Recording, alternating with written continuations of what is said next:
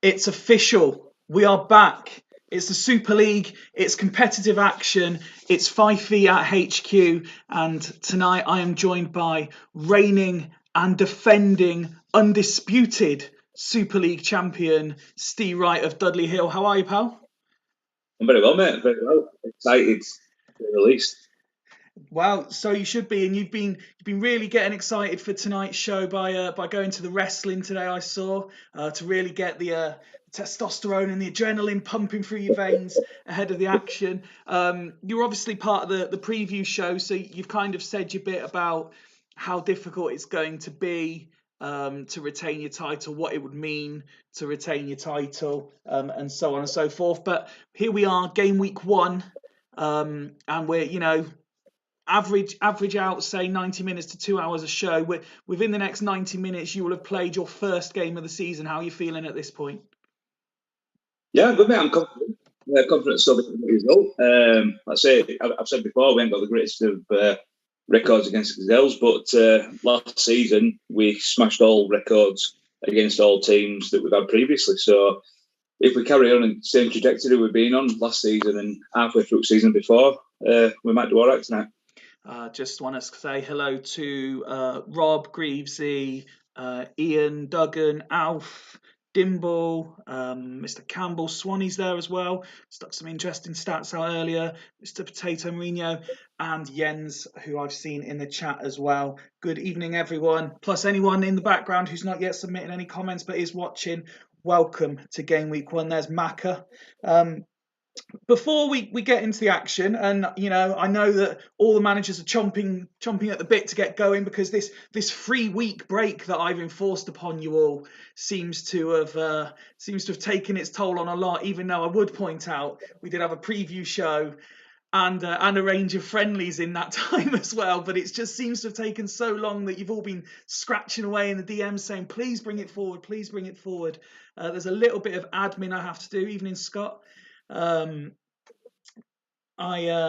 was asked on the preview show what my predictions were for this season, and what I wanted to do was get them out there ahead of a ball being kicked, so to speak. I've done them in 2 lists.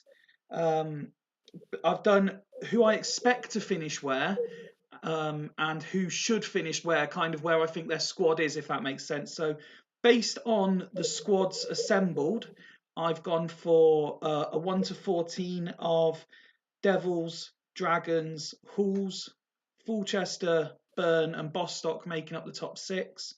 Dudley, Churchtown, Haggis, Leddersford, Sloths, Loco, Gazelles, then Astor. That's where I think the squads should finish. And then in terms of where I think they'll finish, I've actually said Bostock to finish top, with Hull second, Dudley third, Devils fourth, Dragons fifth, Leddersford sixth, Burn 7, Churchtown 8, Fulchester 9, Sloths 10, Haggis 11, Loco 12, Gazelles 13, and Astor 14. So there you go. I've put my name to some predictions for you all. Ghost games permitting, obviously you will go last, Steve. So Gazelles v Dudley last. I've also been asked to put Haggis on as close to the end as possible, so we'll try and get them second last. Other than that, first game of the season, just go in any random order. You happy with that, Steve, or is there a game you want to start off with? I think looking at all on paper, I think we should get one game out of the way first, and then let the champ gods decide after. Go on then. Who do you want to do first? The one at the very top, mate. Astor Loco. Yeah, because I mean, if you look at the rest of them, they all look extremely exciting. This is Greavesy just trying not to get beat by Alf, so could be a bit meh.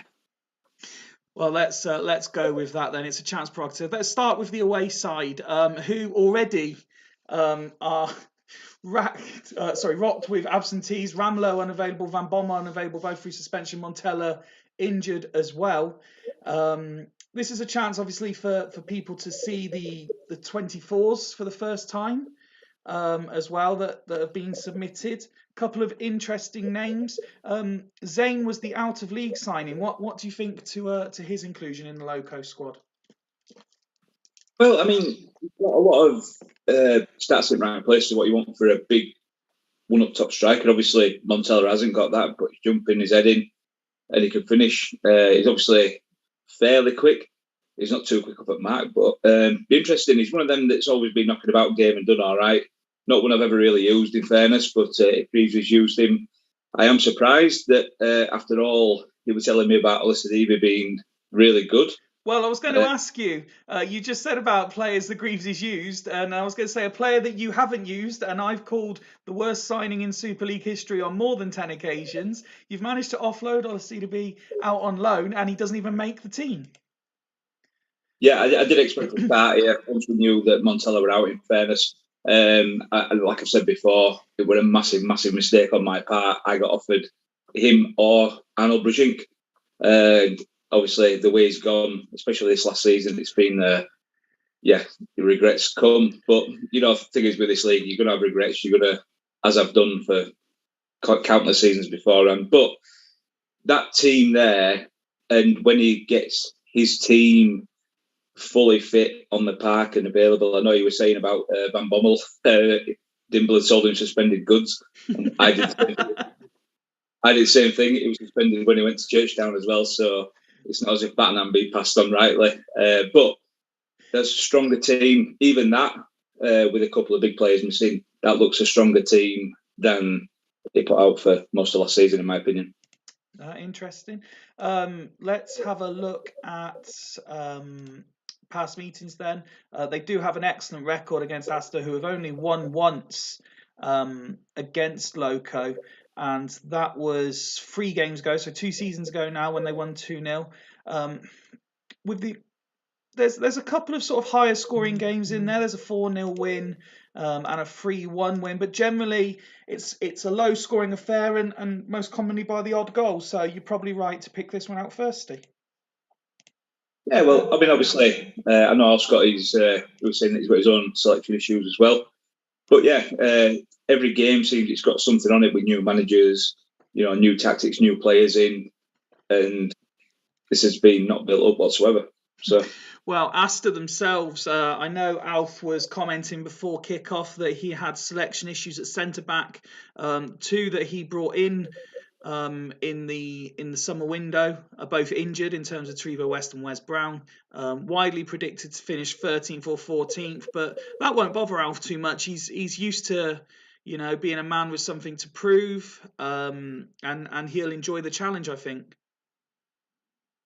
Yeah, definitely. I mean, look at the players he's playing though as well. With a man who's probably played the most of his time with narrow formations and is defensively minded, players like he's had previously a lot in defensive midfielders.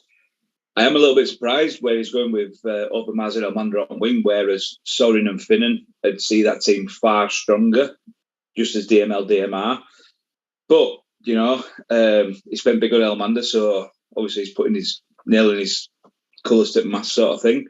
That back 4, if you put a Wes Brown in there or well, I'd probably say more than a Taribo in season 5, it's a very strong back 4. Liverani has, flattered to deceive at times in league over years.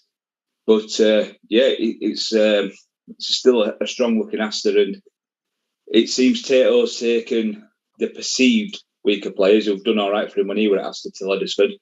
But in return, Al's got some strong players in that's going to give him a chance of competing in probably most games, and I think he'll be involved in a lot of tight games. And he was talking up his young out of league signing quite a bit in the build up. What's your reaction to his signing? Do you think he'll do well?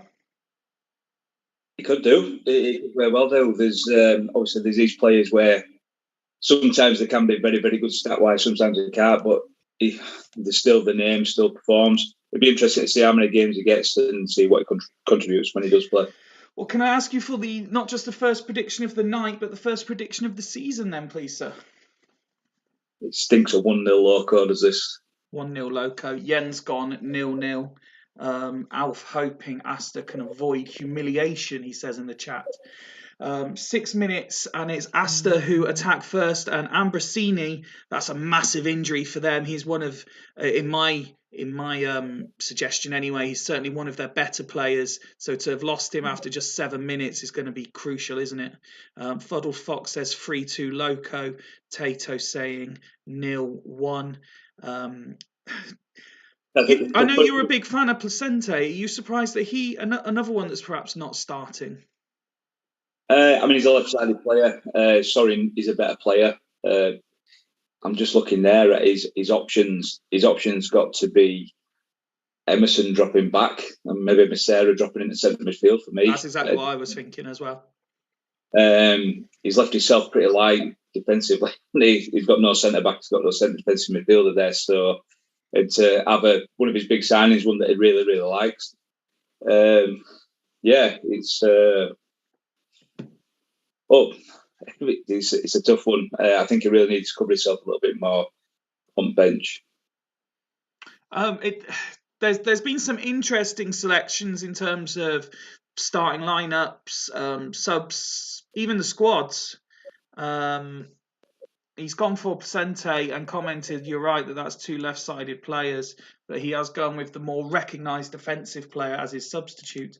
It'll be interesting to see if these sort of squad selections continue throughout the course of the season. It's Asta who take the lead, though. Shortly after that injury, Rossini making it 1-0 to the home side. Massive goal for them. And it's 2. Liverani, the man that you picked out in the intro, Steve, has made it 2-0. And they're coming forward looking for a third. Couple of chances missed.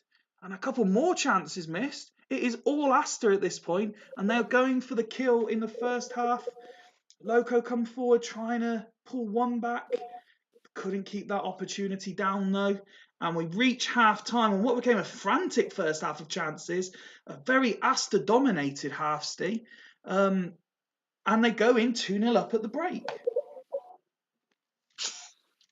Yeah, well, that's clinical. It's dominant against a local side with the players that he's got in there as well. It's a bit of a put them on first, thinking it was going to be a bit of a drab-dour affair, but they proved us massively wrong. And fair play to Alf here for where he's gone so far. Absolutely, it's a very, very good start for them. For injury news fans, I believe that's 29% that Ambrosini is ended on. For those who still believe they can judge an injury by that, I still don't. I think they make up as they go along personally. But we're looking at the Asta stats here. Very impressed. I'm surprised that the very few sort of amount of passes by Asta, considering how dominant they appeared. When you see the amount of text they had and the amount of chances they created, I might have expected bigger numbers for a lot of these players. Yeah, I mean, they seem to have had very little ball, but they were far more effective. Orange and blue. Yeah, they were far more orange and blue in the text. Sometimes I don't think the text portrays what goes on in the game at times, and it's just. And I mean, Liverani as well. There, he's put into bed anything I said about him pre-game as well. So fair play to Alf.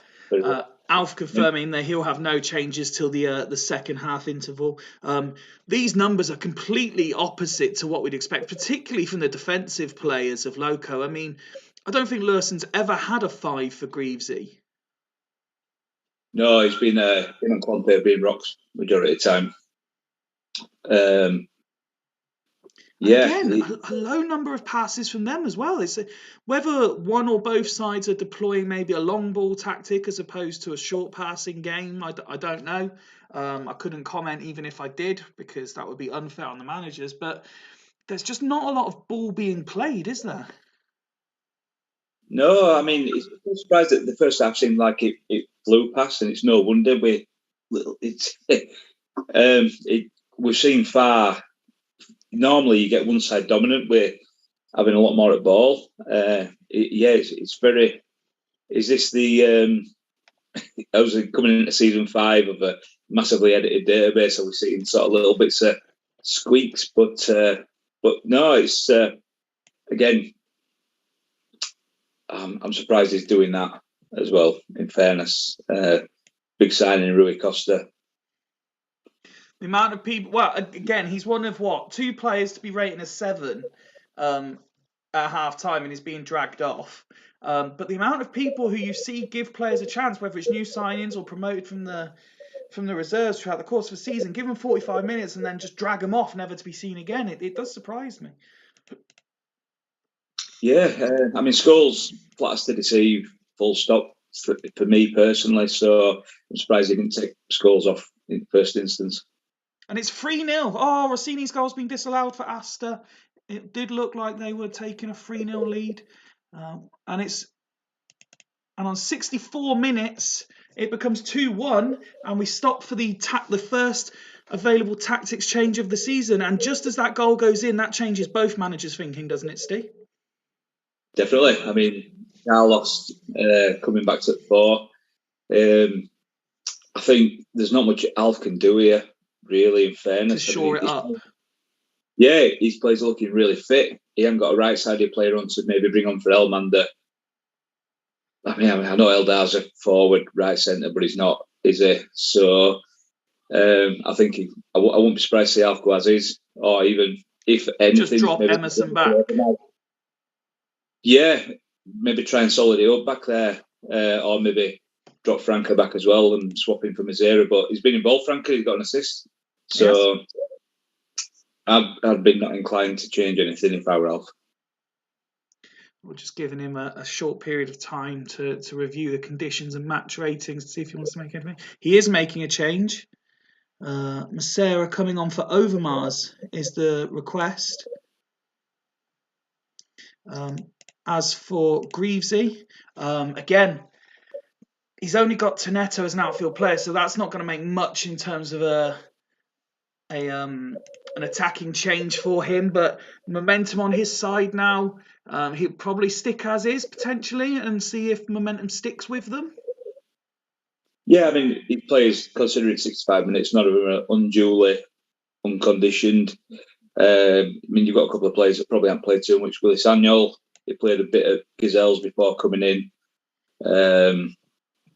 So yeah, I wouldn't be surprised not to see him change it. Obviously, well, I think that's making a slight tactical tweak. He is going 2 up top to try and force this second goal. So one manager making a sub, one manager making a tactical change in the first game as we continue on now. And it's 2-2. It's Cassano. Oh, he's had a goal disallowed. Zane was offside. And Rossini goes up the other side and makes it 3-1 to Asta. Surely that is game, set and match. As they come forward again, 4 to be added on. They look for a 4th themselves. They just can't force the ball over the line. We're into the 5th minute of added on time. Yellow card, final whistle. And game 1 of the season ends Asta Athletic 3, Locomotive Boston 1. Loco certainly improved in that second half, Steve, but Asta very much deserving of the win. Yeah, that's fantastic. I've not seen Alf play wingers properly before, but he's brought a couple of players in. Obviously, he brought Overmars and Amanda in auction for themselves.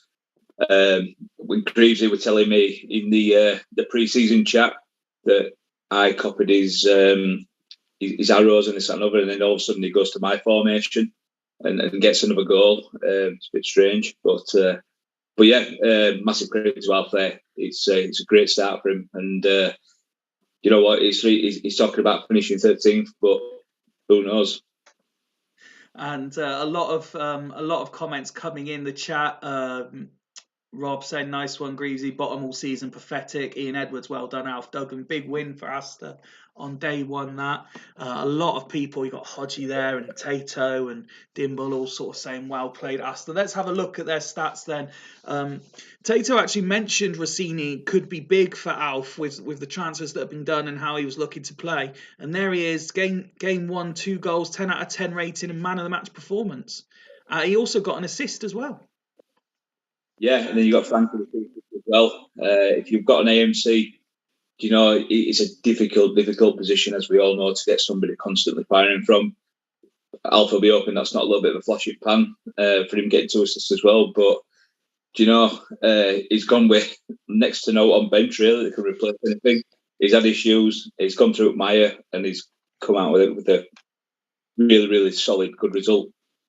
As for Loco, the ratings improved, as did the performance. Clayton Zane didn't exactly inspire on his debut, but you kind of feel he'll be second fiddle once Montella's fit anyway. Peruzzi, who had a very strong end after Barthez left last season, didn't really impress in the preseason friendlies, and has certainly put in an average performance here tonight as well. Yeah, I mean, I mean, they've had a lot of chances on target. They had 8 on target, they'd asked us, so he's stopped 5 of them. So 6 maybe probably a little bit harsh, maybe. But yeah, when you look down, there's nobody above a 7. It's maybe back to the drawing board, and maybe we might see something a little bit different again from Loco next time out. Wow. Congratulations, Alf. Commiserations, Greavesy, as your match day 1 concludes. Next up, we are going to Bostock Stanley versus the Devils. Scott, long-term manager of Bostock Stanley. Rob, installed at the Devils this pre-season. Everyone excited to see what he does. Well, let's have a look at the home side first, who have made some significant alterations to the squad during the close season, and a tactical tweak which sees them go 3 up top. The core of the side is much the same, particularly if you look at that sort of defensive 7, including the goalkeeper. They were pretty much all the starters from last season as well. Jacques as well, to be fair, would have been in there as well. But the front 3 is all new. Yeah, I mean, that back 7, Elefropoulos got a goalkeeper of the year, I believe. Yep.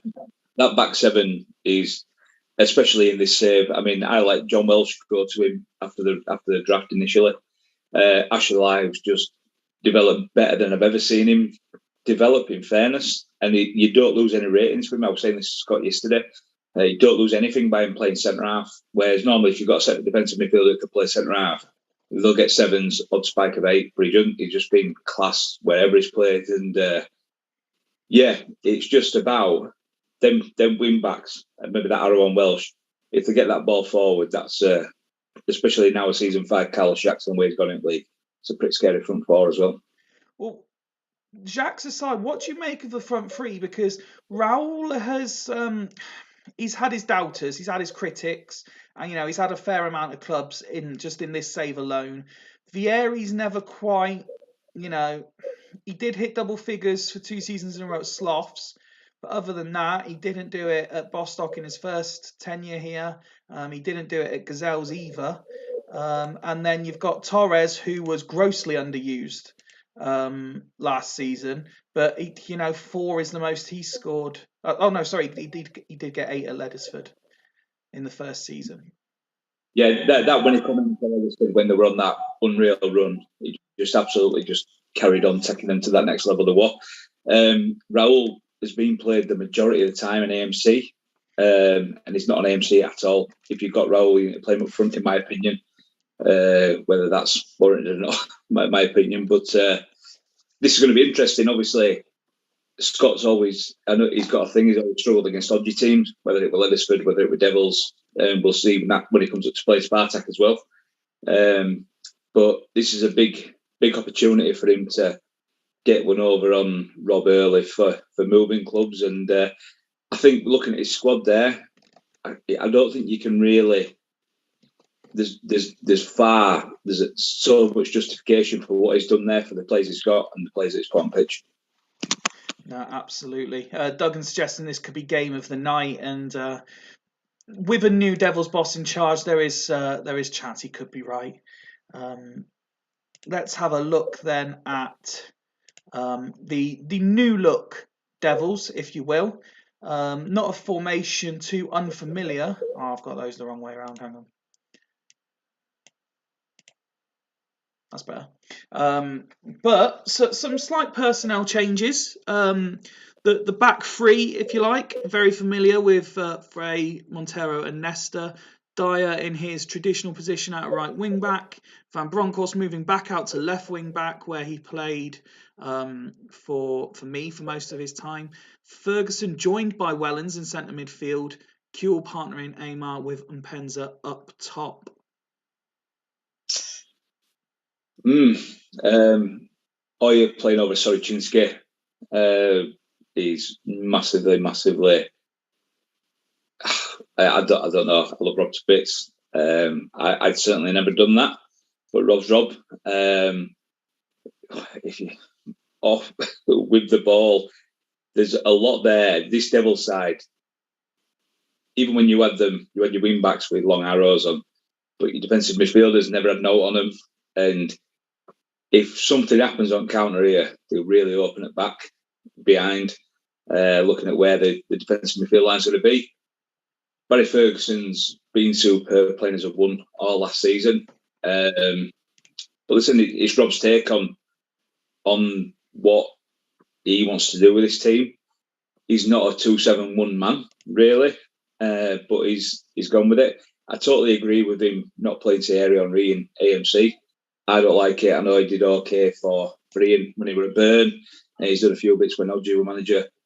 But this is going to be a massively, massively interesting starting point for his tenure. And what do you make of his option of he spent some big money on 4 players in the auction, but didn't actually do any perceived serious transfers this window?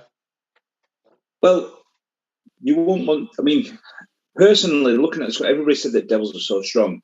Player for player, there's stronger players in a few of them positions, but the old teams seem to complement each other. Mm-hmm. So the sheer fact that he didn't want to lose anybody from his starting team, I totally get. But if he's gone with what he's gone with, he could have quite easily, if he's going to play one DMC, he couldn't have gone and got Ndiaye back or something like that just for losing a little bit of somebody. But no, I like he stood by the Devils squad. It's obviously been where it's been at for 4 seasons now, and he's brought a couple of players in that he probably likes and just sees how it complements where they're going to go forward. In fairness, I'm just looking at it now. Wellens is the only player that he signed that starts. Imar is the only player that Hodgie signs that starts. Other than that, it's pretty much the team that won it for Devils a couple of years back. Exactly my point, mate. Score prediction, please. As I see, we've already had Alf saying should be goals here, 3-3. Fuddled Fox, hello, good evening. I didn't see you pop up earlier. Going 2-0 Bostock. Martin saying 0-0. Yeah, I mean, I've been speaking to Fuddled a lot. He's popped up, and I've been talking to a lot on my other account, not my Dudley account, and I sort of told him to pop his head in and watch. This could have chaos all over it, and I'm going to go 3-2, but I'm going to say either way. Okay. I can't name the colours to either way, but 3-2. Edwards going 2-1 Bostock, Tato going 3-2 Bostock. So plenty of belief in Bostock. The first 15 minutes go by with virtually nothing happening. An overhead kick attempted there. I think it was by Jacques, but he fails to convert. Devils coming forward now. Vieri gets booked, and Penza offside. Half's flying by though. Already at half an hour. And just a lot of missed chances. A lot going high and wide. Imar with an opportunity now. And it's a yellow card for Oya. 2 minutes to be added on to the half. And Penza missing a chance. Another yellow card handed out. There was fury. I want to go back and see what happened there. But for a game with the hype that we were giving it, it didn't really conjure up a lot, Steve. No, it didn't.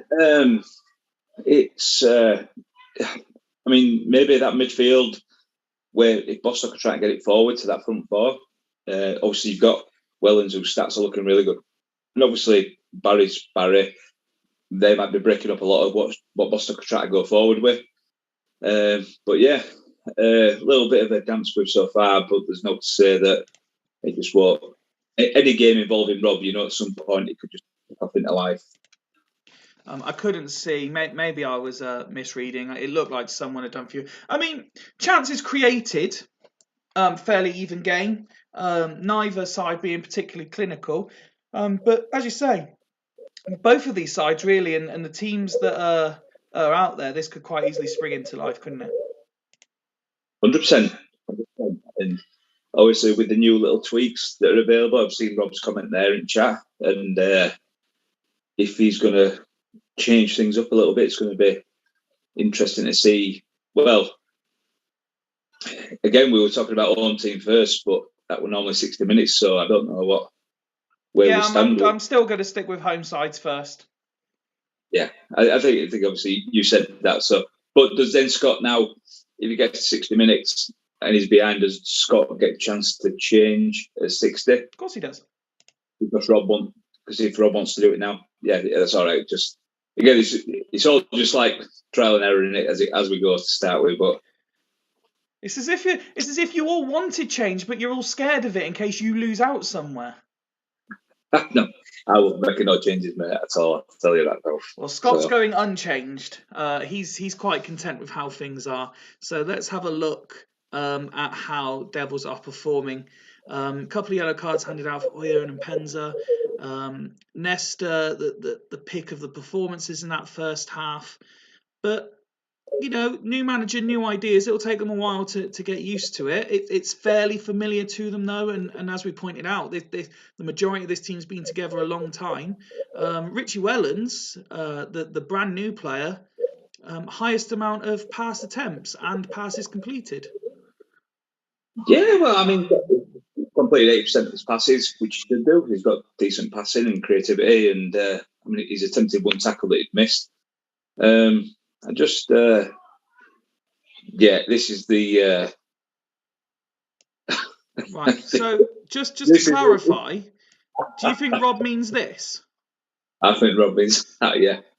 And I were expecting an arrow somewhere on Ferguson or Wellens, but he's making a double change with Kuehl coming off as well, and he's going with a front three of Henry, Penza, and Tonton.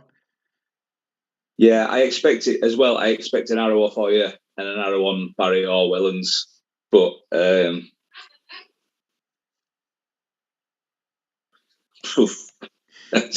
is balls deep. Well, let's see how that works out for them as we kick off the second half. Double change, gone a lot more attacking. Let's see if it creates the required opportunities. Leave the rest. I'm glad he said that because I did. We've reached the hour mark, and Tato goes straight in. Yes, Rob. Enjoying that. Ian pointing out the difference in performances between Nesta and Montero as well. We've reached the hour mark. No goals as of yet, and we'll give Scott the opportunity to change anything he wants to. Do you think he'll react to that, or do you think he'll be quite content with how things are going? Yeah, I think they're looking. The fronts are looking similar, and he's got obviously Welsh dropping into that centre midfield then to try and break that whatever happens up there. I think he'll stick with process personally. He is. He's going unchanged. Yeah, I'm not surprised with that because now Rob's changed it. I've only just really noticed his tactic name as well. That is. He's now altering it further on the hour mark to make his midfielders run further forward. I mean, you've got to respect the attacking intent and utilising of the rules, I suppose. I'd be rubbing my hands if I was Scott there with all them forward runs. Well, it's Devils certainly coming forward, looking for it. 74 minutes now on the clock. Rob saying it's 3 points or nothing. Not sure I'd be taking that approach against someone that most people would consider a title rival, but there we go. Fuddle Fox agreeing with you, Steve, saying ballsy. We have slowed the text down as this one's still very much in the balance. And it's Torres and Jacques Cafu. Corner to Bostock. So Roberto floats it in, but Ferguson clears. Into the final 10 minutes. And Devils come forward again. Van Bronckhorst. Still Van Bronckhorst. Dyer, but he puts it high and wide. And Van Bronckhorst again going forward. Free kick awarded. Henry lines it up, deflects off the wall. Out for a corner. There's going to be 3 minutes added onto this one. Looks like it might be surprisingly ending 0-0. Although Raul's giving it a good go. That makes Dyer. And Zé Roberto takes a free kick. But Van Bronckhorst gets in the way. And there is the final whistle. Fair play to Martin for predicting this right. Despite both sides going very attacking, Steve, it's ended 0-0. Yeah, I mean, before last season, Scott brought players in to be attacking and try and create with Cafu and Zé Roberto. It seems like he's brought these more attacking players in to go forward, and he's been more difficult to break down. And that's not. do you know, he stumbled across being really difficult to break down, but at times he sort of struggled with to get forward. Obviously, Anelka were a massive part of their first half of the season, scoring goals. But yeah, it's just a bit of cancelling each other out. Players in areas where players are, and listen, I don't think either manager can take anything from that game and think, you know what, we'll do something different next game, this, that, and other. Well, I'm very much enjoyed the comments in the chat here. Dimble asking, how has that turned into a 0-0? Rob saying, well played, Scotty. Alf saying, fair result. Jens calling them the boring Devils. And Duggan pointing out, Asta Loco 3-1, Bostock Devils 0-0. We know fuck all in this game, lads, honestly. However much we pretend otherwise. Bang on. Let's have a look at the stats for the home side. Let's see, is he picking up man of the match? And very good ratings for a lot of the defensive players there. I mean, you've got 8s and the 9 dotted all around there. Even the attacking players put in a decent shift. I mean, Vieri, though, no shots on goal on his debut. Yeah, but it's still an 8. And look, I mean, his passing is not the best. I mean, I think Sylvester's a bit hard done by with a 7 as well. Maybe he's at the booking, probably so. But yeah, it's really solid, and it's just getting that front bit clicking now for Scott. Like I say, it's been difficult to break down to bring these players in, even though they're attacking players from like a DMR point of view. Once he gets that forward bit clicking, he's going to be a major threat again. As for Devils, the first team to really utilise the new rules, and you got, as I say, fair play for giving it a go. Van Bronckhorst and Oya there with 9 out of 10 ratings as well. Frey Nesta with decent looking 8s as well. A couple of 6s though. Richie Wellens, perhaps, well, you think harshly given a 6 given the performance, but he did misplace 10 passes. He only won 1 out of 5 tackles. Take a little bit of time for him to get up to the standard of the rest of his teammates, do you think? Yeah, definitely so. I mean, it's difficult. I mean, he did bits when he got brought in at Gazelles. He had spikes of an 8 year, a couple of poor performances. He's got it in him. He can perform at this level. But yeah, I mean, you look at a couple of them 9s. Oh yeah, fair play to Rob. I slagged him off to start with, saying I'd been playing Sorokinski. But it'd be interesting to see where he goes from here and whether we get a different tactic next time out. Jens has described Weller's performance as passing like prime Iniesta, tackling like prime Scholes. But no, I think Al's probably right. A draw was a fair result. Whether 0-0 was the correct draw, but both sides off the mark in game 1, so I think they'll both be quite content with that. Yeah, you just don't want to get beat first time out there. You know, you try to build, you're trying to go forward, and I totally, you know, if you don't get beat, you know, you're in with a chance next game out. We come to Fulchester versus Halls, which has a potential to be another very good game. Some interesting transfer business done by Fulchester over the course of the break. I like the addition of Gattuso. I think he'll significantly help Nicky Butt. Lucio, very, very good player. Van der Vaart, I think, can be good as well. Interested to see if he can get a tune out of Figo.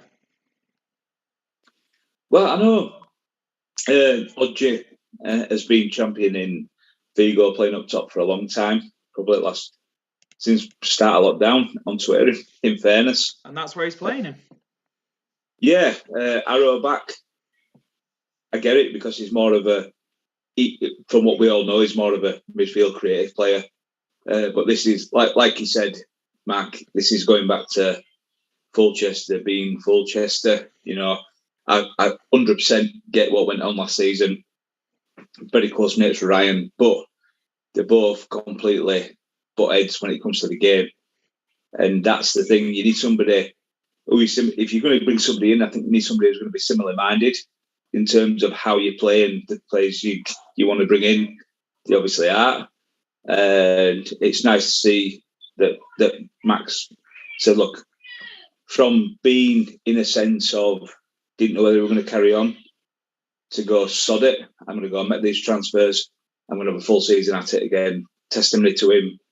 putting the time in. Obviously, things he's got going on as well. He's going to be a busy man very shortly again, and it's amazing that he's still involved with it. And I think this is going back to when they were Fulchester of old, really. I'm not suggesting he's the answer, but it was very obvious that losing Giggs, they lost something about their style of play and their identity.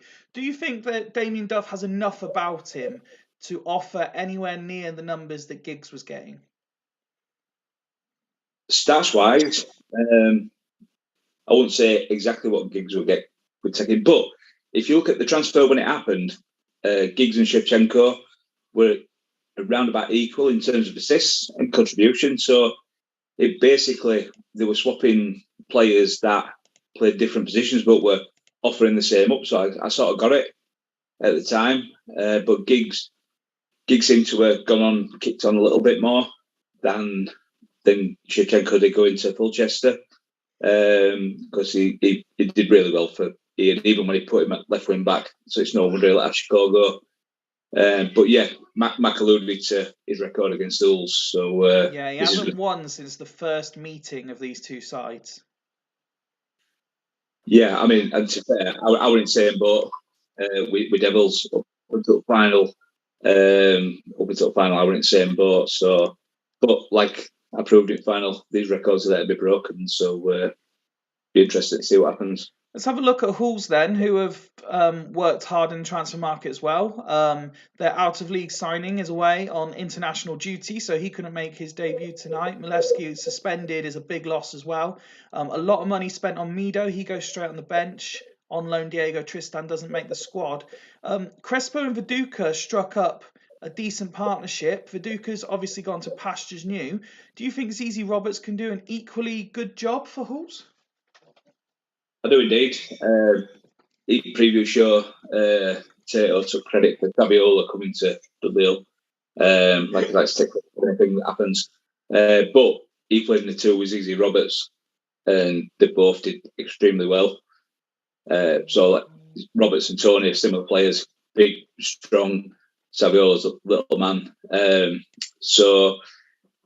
But you think Crespo and Viduka are both big men as well, and they both did really well. Probably Viduka outshone Crespo when they were at Wolves as well last season. So yeah, I don't think there's going to be any issues, and I think Zizi Roberts will do absolutely fine at Wolves. Okay. Let's go to Match Centre then, and a prediction, please, sir. Oh man, Fulchester to break the curse 2-1 through gritted teeth. That is as well. Mac is saying that he's going to lose 2-0. Alf predicting 1-1. Tato saying 2-2. Let's kick this one off and find out who's right. Mr. Edwards going 1-1 as well. A couple of opportunities. Oh, and an early red card for Sol Campbell. Well, you know Rustico well. Is he going to be able to play on his own at the back? Or do you think Jens, with it being so early, might alter things? Not against three, mate. I can't see him doing it against three. If it were a one at the top, you one game in, you might as well go balls deep. Fair enough if you're playing against a one up top. Rustico's been superb for a season and a half. Absolutely superb. But he's playing against a three. I could probably see Sean Davis being the sacrificial lamb here for Christian Panucci.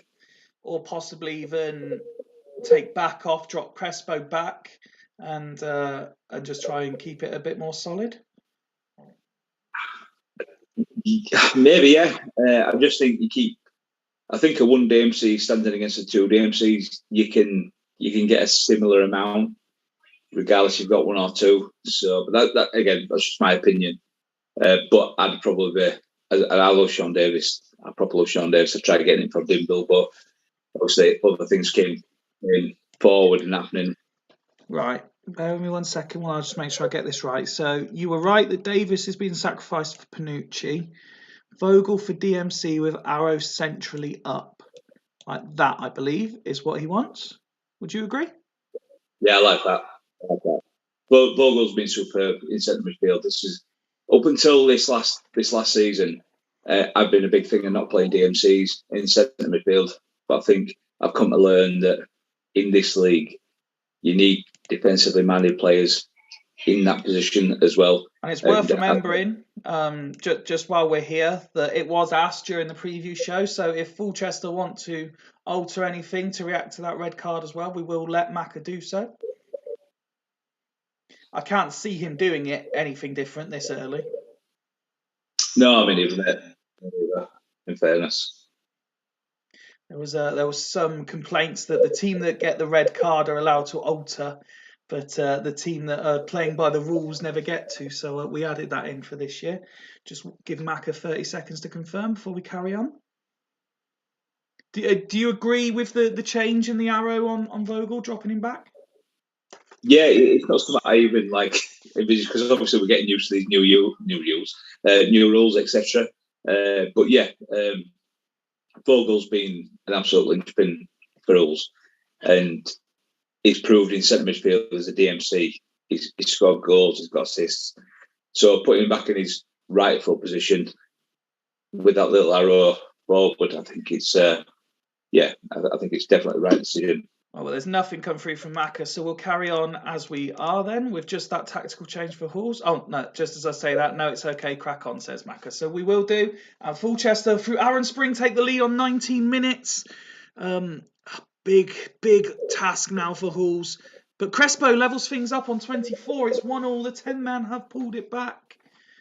And we certainly have game on as we reach half-hour mark. And yellow card for Vogel. More discipline issues potentially. The referee's having to get involved a little bit here with warnings. 37 minutes now on the clock. Ian suggesting Loco are falling apart after game one. Possible goal before half-time? No, Fulchester failed to convert. We get to half-time, Steve. A red card, 2 goals, plenty of exciting drama in the Super League as always. But fair play to Halls, almost matching Fulchester attempt for attempt, but Fulchester a little bit more efficient in terms of chances on target.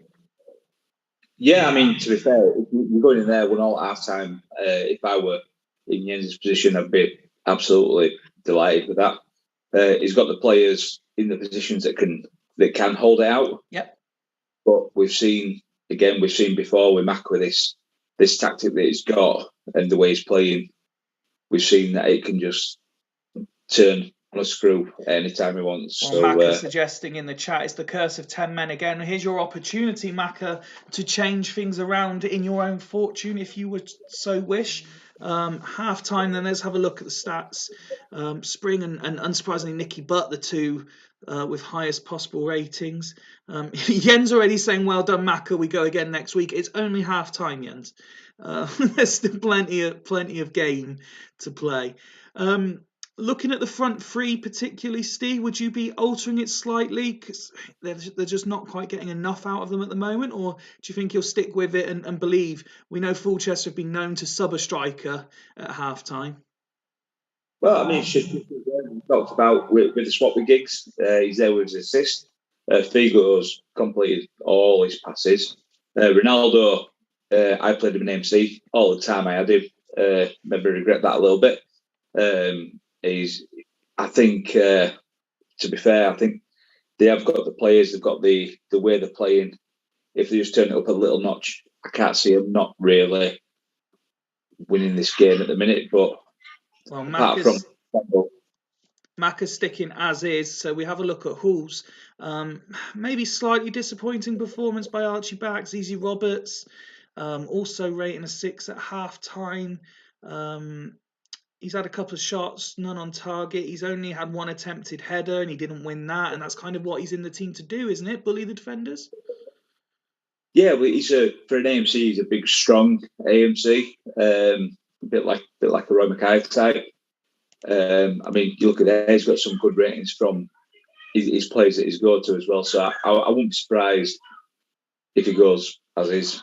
And it's another red card for Halls as they kick off the second half. Vogel picking up his second yellow, and they're now down to 9 men. He's got nothing on bench that he can bring on to try and be a bit more defensive either, has he? I mean, wow. I think you're right. I think all he can really do is perhaps either put Gerrard in on his own, or does he move all 3 of them in centrally and maybe put diagonal arrows on Contra and Candea potentially. I mean, if back's still on a 6 there, I'd probably, for me, it'd be Gerrard and pull Gerrard back in the centre midfield, Stevie Gerrard centrally, and maybe just pull Crespo back into AMC and ZZ centrally just to give him a little bit of something down the middle. So, as difficult as this is now going to be for Jens to decide, what do you do if you're Maka? Because now you've got two extra men on the pitch. Does he look at maybe trying to make it even more attacking? Now, I don't think there's much more Matt can do to be more attacking, in fairness. Jens just asked for 1 sec. He's just considering his options. That's all right, mate. It's Sunday night. It's not like any of us have got work tomorrow or anything. Yeah, he struggled at times with red cards as well, hasn't he? As Jens. Yeah, difficult one. For me, if I'm Mac, I'm staying as is. He's already got his feet up top. He's already got his 4 Christmas feet across midfield. So yeah, could we see Matt go 4 up top? No. Or even an AMC in behind, but I don't think he will. I think he'd be confident enough that the team has still got created enough in the first half with 5 or 3 on target.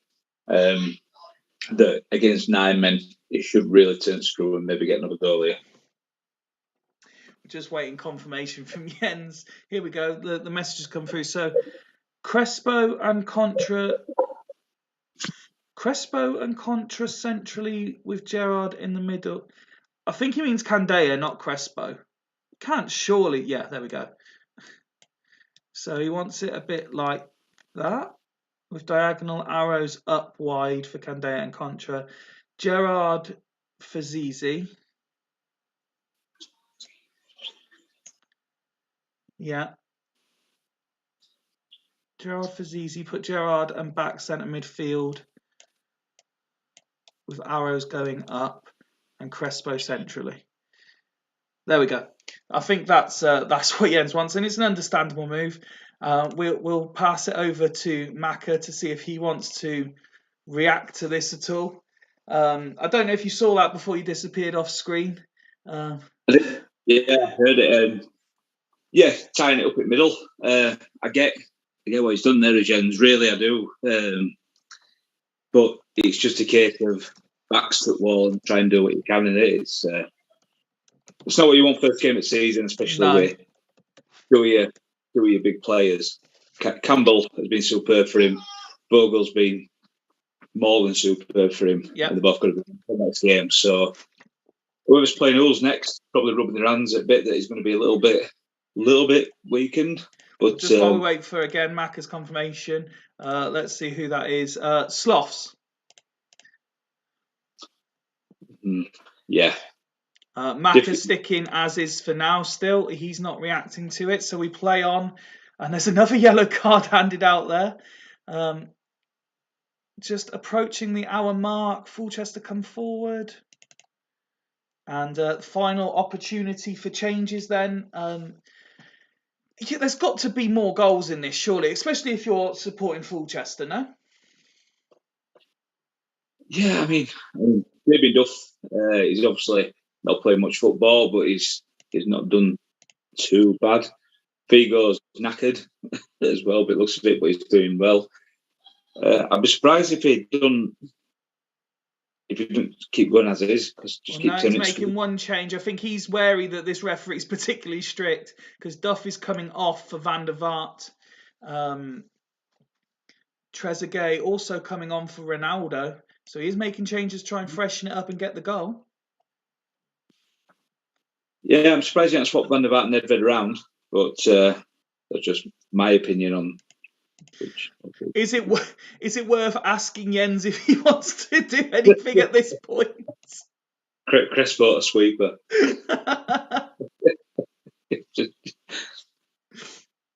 We will give him 30 seconds just to decide. I mean, Mido's still there. Unfortunately, I can't say that he could put 2 goalkeepers in the net. That's the only thing he can't do. But Mido's still there if wanted. could he be coming on in these situations? No, Jens is going as is. So we kick off the rest of this half.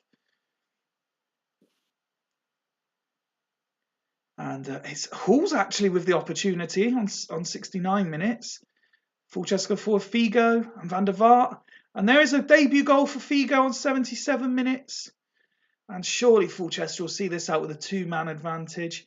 Mac is saying, but I lose this now. That's not the case, as Figo's goal is enough to settle this 2-1. But yeah, difficult night that for Halls, wasn't it, Steve? Yeah, I mean, obviously, I finally caved in and predicted a 2-1 at Fulchester. But if it had been a full complement of goals, we would have known, because we know that, as we saw, Fulchester's record against them isn't the greatest. But yeah, it's dominant, massively deserved that. In terms both managers very negative in the chat. Macca saying ridiculous, Jens saying absolute shambles. Let's have a look at the home side first. Figo getting man of the match for his match-winning goal. Van der Laan, Nedved, rating 8s as well. Nicky Butt, solid rating. Lucio and Yepes look strong, considering, at one point it was just them against one anyway. Buffon's still only managing to get a 6, despite everything. But Mac will be happy for a winning start. Yeah, I mean, Buffon's 6 is they've had one shot on target and he's had to deal with it. He hasn't had to deal with much more, so it's more than warranted. But yeah, Van der Vaart coming on, getting an assist. I don't really. Obviously, we're at us for a long while. I don't really like him. I know Mac's a big fan of him, and it'd be interesting to see what I can keep conjuring up for him for the rest of the season. As for Halls, Jens can't read too much into this, can he, other than Crespo off the mark early and a good solid performance from him. Other than that, it's just kind of go back, start again, isn't it? Yeah, I think the biggest disappointment there, obviously, you can hold your hands up to say about 2 red cards, but you want the players that are still on the pitch to try and contribute and try and do all right, carrying on where his burn form was. His big decision is now, next game, whether Archie back starts. It's a tough one. His debut has got 5. Would you? I'd personally probably stick with him, just in my opinion, but I won't be surprised if he didn't. I think it's warranted if he didn't as well. But yeah, it's tough decisions going forward for him. Next up, we've got Dragons versus Leddersford. Dragons widely regarded as having the best transfer window of the close season. I mean, just look at some of these names: Raquelme Boya, Veron, Sigalko. There is absolutely no excuses for them to have a real good go this year, is there? I mean, if they're not in the mix, then serious questions need to be asked. Yeah, I think you're right, mate. I think you're right. After Zidane's terrible sort of performances over the course of the save, him being on bench and Ortega not being surprises me a little bit. Ortega's stats are looking really good. He did really well for Scott in majority of the time he played for him. But on paper, that is extremely strong team. And it's also worth noting, and I won't describe who because it would be unfair, but attention to detail is critical at this level, as all managers will know. And Dragons nearly made one almighty cock up until I noticed it when they picked their team. And that's all I'm saying on this one. Davids continues to lead the side out as captain. I saw a comment, I know it was in jest, but some speculation that maybe the loss of Lucio, seeing Juliano come in at centre-back is a bit of a downgrade. I like him. I think he's perfectly adequate centre-back. No, his problem is his determination lets him down. Wasn't he a Devils? He was? Player? Yeah. His determination lets him down. He has got a little bit that lets him down. But, if you're sacrificing a couple of players, it's more than adequate to come in and sit there outside of Hugo Ekiog, who's absolutely superb. And I take him over a lot of centre-halves, or most centre-halves in this league anyway. And, yeah, that man that you're looking at there, let's be honest, his contributions have not been. I was going to say, would you expect these numbers to be higher, particularly the assist column? Second season in is probably where you'd expect a goal every 1.5 games, a few assists. But assists, yeah, I think Matt could have cashed in a lot earlier and won a title by now, in my opinion. Do you think Veron, as crucial as he's been to the way Fulchester have played, has actually perhaps been a bit of a hindrance? Maybe so, because a lot of things centralised around Veron being. You got Veron and Vieira that probably the best. You've got the best two midfielders on the game, so it's not surprising that people have put their, the nailed it close to mass with them. But the interesting thing is, do I think Maxim Sigalko, especially in his series, is better than Clive? Yes, I do. Riquelme's underwhelmed. He's had spikes, but he's done really good. But they're both playing an MC, him and Veron. Bowyer with an arrow. I ruined Bowyer. I can't get centre midfielders playing. But Scott showed last season how to get Bowyer playing. And Davids were a linchpin for Dragons in their finishing top of the season. He was superb, sat in centre midfield. And on paper, this should be a Dragons win, but we're not playing on paper, are we? No, absolutely not. And when it comes to making a prediction, worth seeing there that there's never been a draw between these sides, and most games are 1-0 as well. As for Leddersford, then Tato in charge this year, mixing it up a bit. Again, not an unfamiliar looking tactic. But what do you make of the side he's putting out there? We do see a Super League debut for his new Senegalese international that's come in. Scally plays after his signing. Krug's in. I have to say, hands up, I'd overlooked that one of the auction players was still listed here. So when I counted the 5, I didn't notice that they were still missing one deal to go through. So that's I'll accept responsibility for that. But it's still a strong looking Leddersford squad, isn't it? Yeah, but what you'd say about it is it's solid with a smattering of class.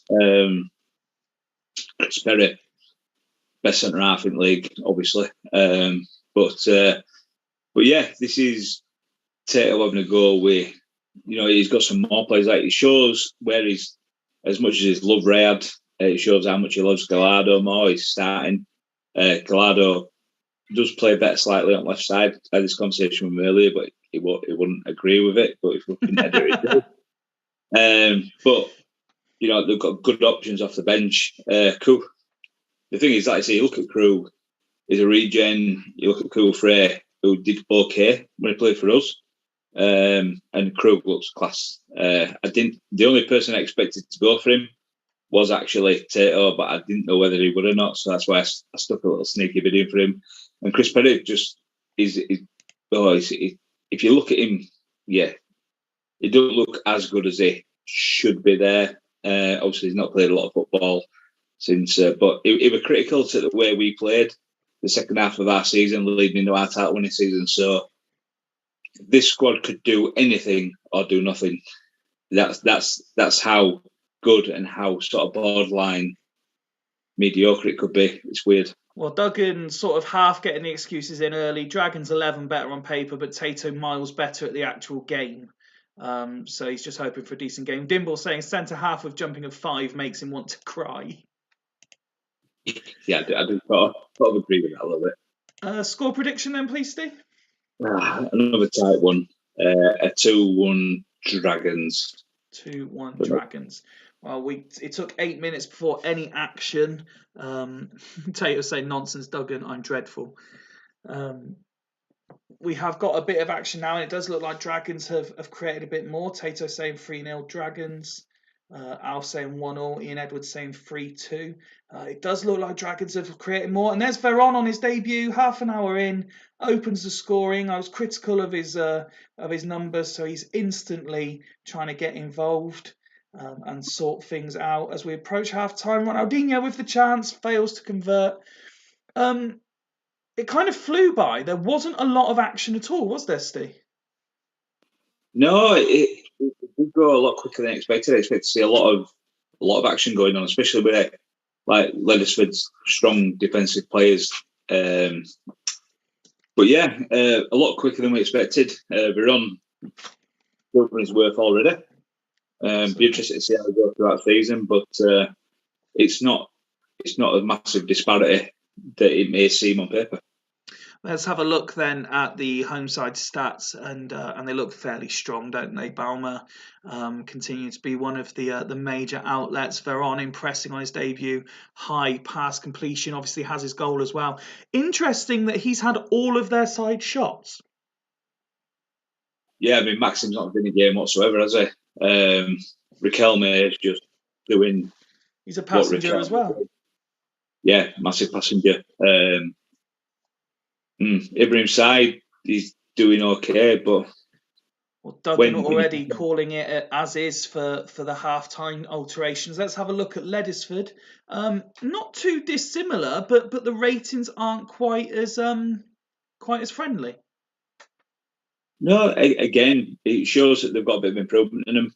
I wouldn't be overly surprised, as much as I know he loves him, probably because of the horse, but I won't be surprised to see Ray come on here for Diop, try and create a little bit more. I don't think there's much else he can do because they're in the game massively. But yeah, looking at where they go, Tato is going to the second half tactical break as well, so we carry on as we are. Van Nistelrooy with the first chance of the half. Certainly, and Dragons go 2, and it's Riquelme on his debut. And it's a real upward struggle now for Leathersford as Dragons come forward looking for a third. Tiaby with a couple of saves. And it's 3-0. And Tiaby's having a right go at his defenders, but it is 3-0 to Dragons now, with Davids scoring, kissing the badge, kissing the armband in celebration. I don't imagine Duggan will be doing too much here, other than potentially, because we know what he's like and very superstitious, and plus what we've seen earlier, we might see the 3 players on yellow cards come off. Yeah, I wouldn't be surprised to see Liaisons come on for Biscan. I think that's probably where he'd go. But the massive positive here for Dragons is they've gone balls deep. They've got rid of Cliver, who's been their big go-to man. They've brought Sigalko in. They're winning 3-0. Sigalko hasn't even clicked. So it shows how dangerous that they could be going forward. Well, the first of those changes has been confirmed with Liaisons coming on for Saeed. They haven't really got any other wide players, have they, to rest the other 2? I mean, Liaisons could play out there, but they still have. They could move Davids back and sort of move people around a little bit just to not risk these 2 as well, I suppose. Yeah, but I don't think you're putting up. I don't think there's too much concern. They might sit back a bit and not get so many. That's all right. Duggan's confirmed that that's all he's planning to do. 3-0 down with half an hour to play. Do you expect Tato to go for it, or maybe look at rested a few players and say this one's done with? I don't know what he'd consider going for it here with what's on his bench and what's starting. Well, he has got 2 attacking players there. He could alter the formation slightly to try and create something potentially. Yeah, I mean Petkov were absolutely superb last season playing on left wing. He's gone into centre midfield and done pretty much no. I was really surprised not to see Red starting, but yeah, I won't be surprised to see something happening from him. Okay, so he's confirmed no change to formation. So we've got Chunso coming on then for Gallardo, and Rayed coming on for Diop. Etsabaria moving out wide. So there are changes to try and just alter the flow, but I can see he's already put that Dragons were far too good. So let's continue then. Half an hour to play. Let's see if Leathersford can at least get one, send their fans home with something. They have certainly put the pressure on a little bit here. Chunso with a couple of opportunities, it looked like. A yellow card dished out. I believe to Van Nistelrooy into the final 10 minutes. And still Leathersford come forward, just looking for a consolation. Are they going to get it? And it's Van Nistelrooy, he's off the mark. And an injury to Lee Bowyer in injury time, and how they'll be hoping that's not long term. Well, to be looking at where he's gone, I'd be more inclined to put Paul Robinson on here than Zidane, but If you're more inclined to what? bring Paul Robinson on than Zidane, because Zidane's garbage, isn't he? He's not going to do too much damage in injury time.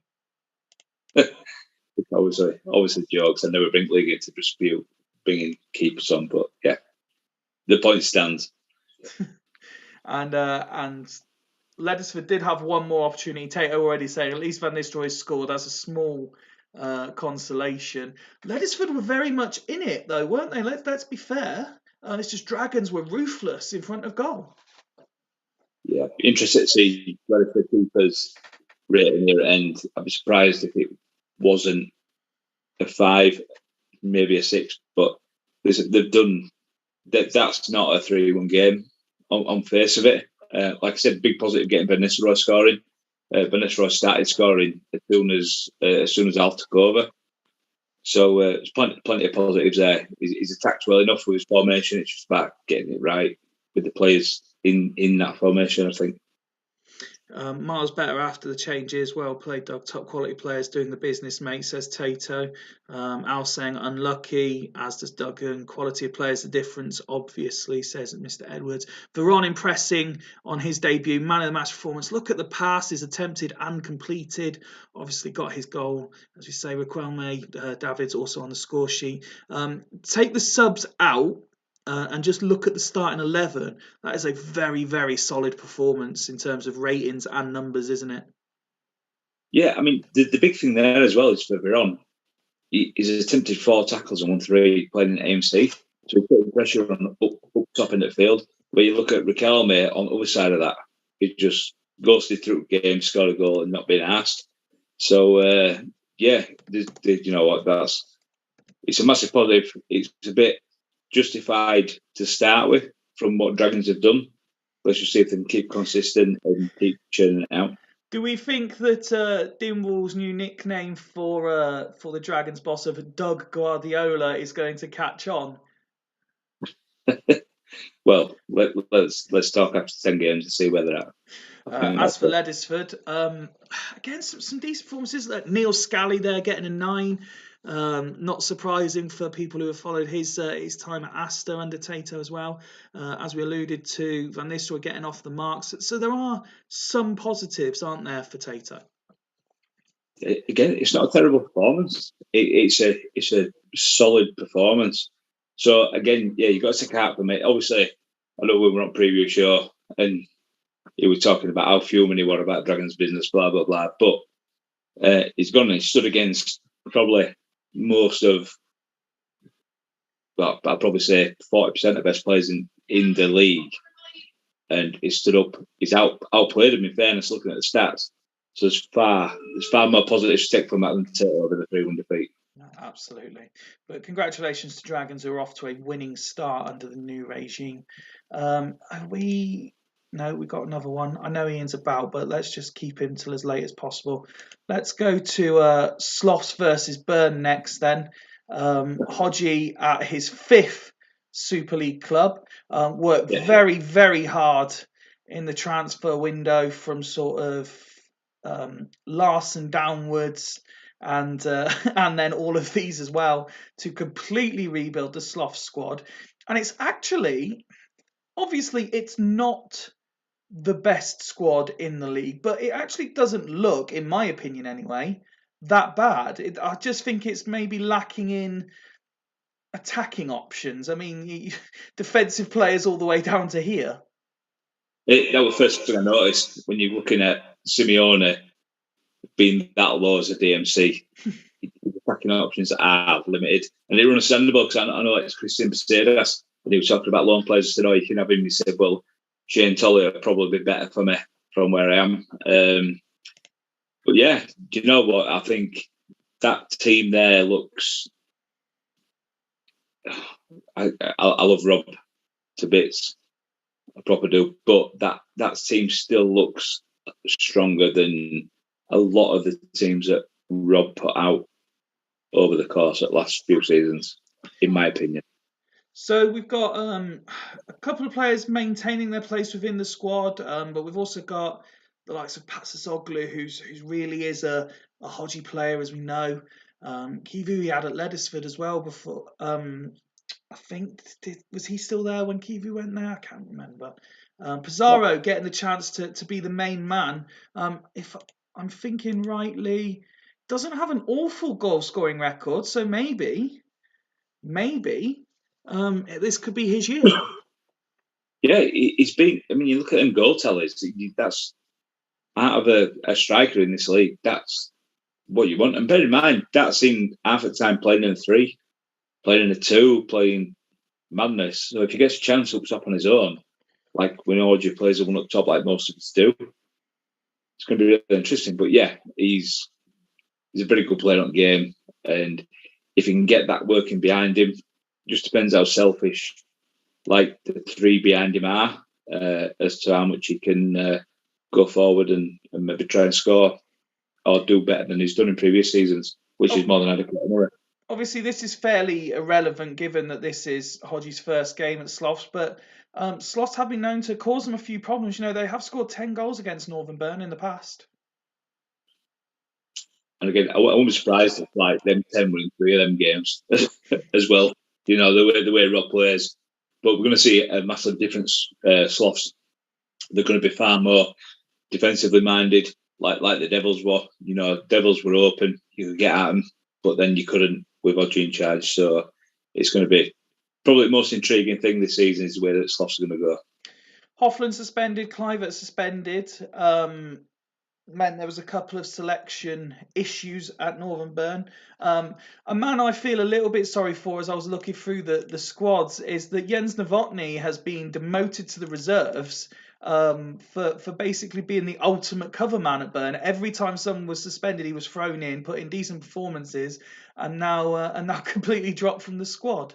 But despite some interesting players, you know, you look at Skalko going out as the big one. They're still very, very strong, aren't they? Yeah, definitely. I mean, I'm surprised when we've got to go down. If you look at you've got Okoronkwo, you've got Cannavaro, you've got Offland, that are proper DC options. Obviously, he's brought Elise in from when we were on Friday night, but yeah, it's. He said he wouldn't change it up a bit. But I agree with the playing Rosick up front. He's a striker around 8 week for me personally. I know people like him at AMC, but Robin in a one AMC as well can do absolute numbers. Totally setting that too. Who knows? Would you maybe? I played this before. The first time I played this, I played it against Aggies, and I had a midfielder running up to where Robin was going forward, and it did okay. I think we beat him. Yeah, he's probably, but sort of can get his foot on ball that deep. It's still a very, very strong squad. Obviously, Emerton into Patra on Contra, but there's. I don't think Ian looked massively, unduly weaker, but without Sigalko, who scored majority of their goals, it's going to be a very difficult season for them. Score prediction, please. 1-1. 1-1. Interesting. I think Sloths will certainly be tougher to beat this year. They'll certainly not concede as many as they've done. Hodgie's proven he can sort that out in the past. But it's Northern Burn coming forward with a lot of purpose early. Yellow card, though, given to Cole. Sloths coming back at them, certainly going toe-to-toe with their visitors. Alf saying 1-1, Martin saying 2-2. And there's another red card, and this time it's for Ashley Cole. So Burn down to 10 men. Robin dropping out to left wing back, maybe? Probably on somewhere for Elise and Brozic up top on his own. That's what I'd probably do. Okay, interesting. have we seen, actually, to be fair, have we seen Ian in the chat? Yeah, he has been in there. He mentioned about the quality of the Devil squad, the Dragon squad after the last game, didn't he? So we will let Ian decide, and then if Hodgie is around as well, he'll be able to make any tactical tweaks he wants to. 36 minutes in, still 0-0, but Northern Burn reduced to 10 men. We go through these sometimes, don't we? There's either a spell where there's red cards all over the shop, or sometimes there's own goals, or there was it last season where we seem to have disallowed goals every game week? The referees certainly seem to be having conversations at the start of each season about what to do to get their names in the headlines, don't they? Yeah, the disallowed goals last season were crazy, not just for us, for most teams. I get what he's doing there, I definitely do. Which, it's sort of sticking with it a bit, and sort of can get in the area where he wants him, where he's done well for him. So, yeah. I think it's worth saying to everyone who's already appeared, because I've seen Hodgie already without me even showing him his team said same please.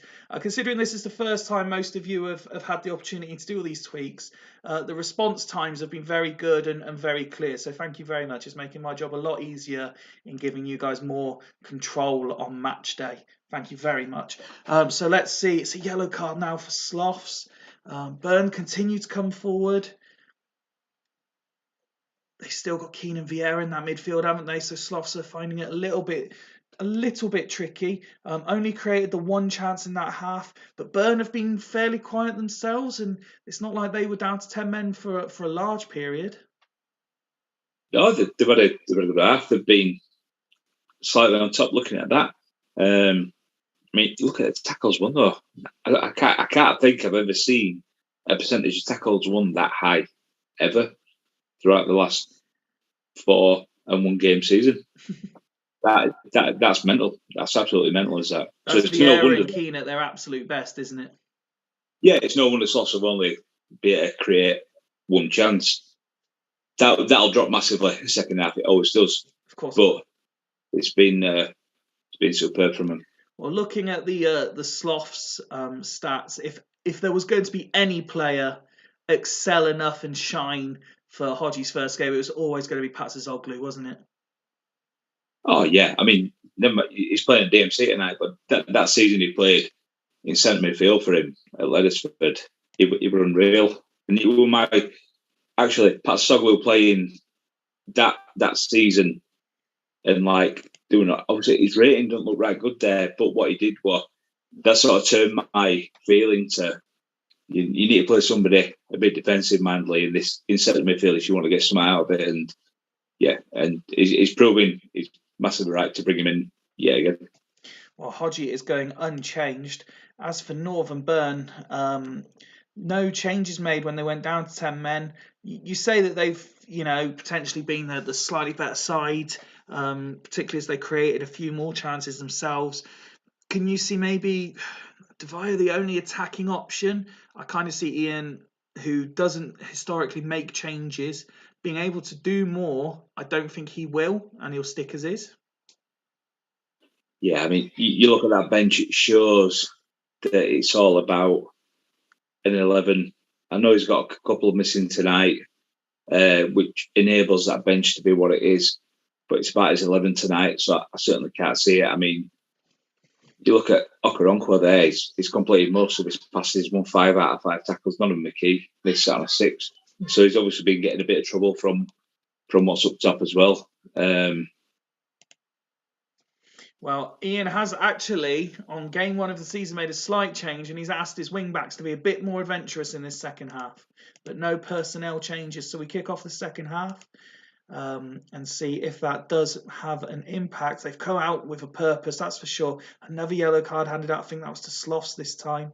Although Sloths themselves creating an opportunity. And we wait for the tactical and substitution chances. Sloths had 1 or 2 attempts there, but Northern Burn came out all guns firing, trying to get a goal, didn't they? Yeah, I mean, look at a couple of ratings, nothing there. It means that Burn have come back at him really well. Again, I'd be surprised to see Hodgie change much here. Perhaps Parfanov coming off, just for fitness reasons, potentially?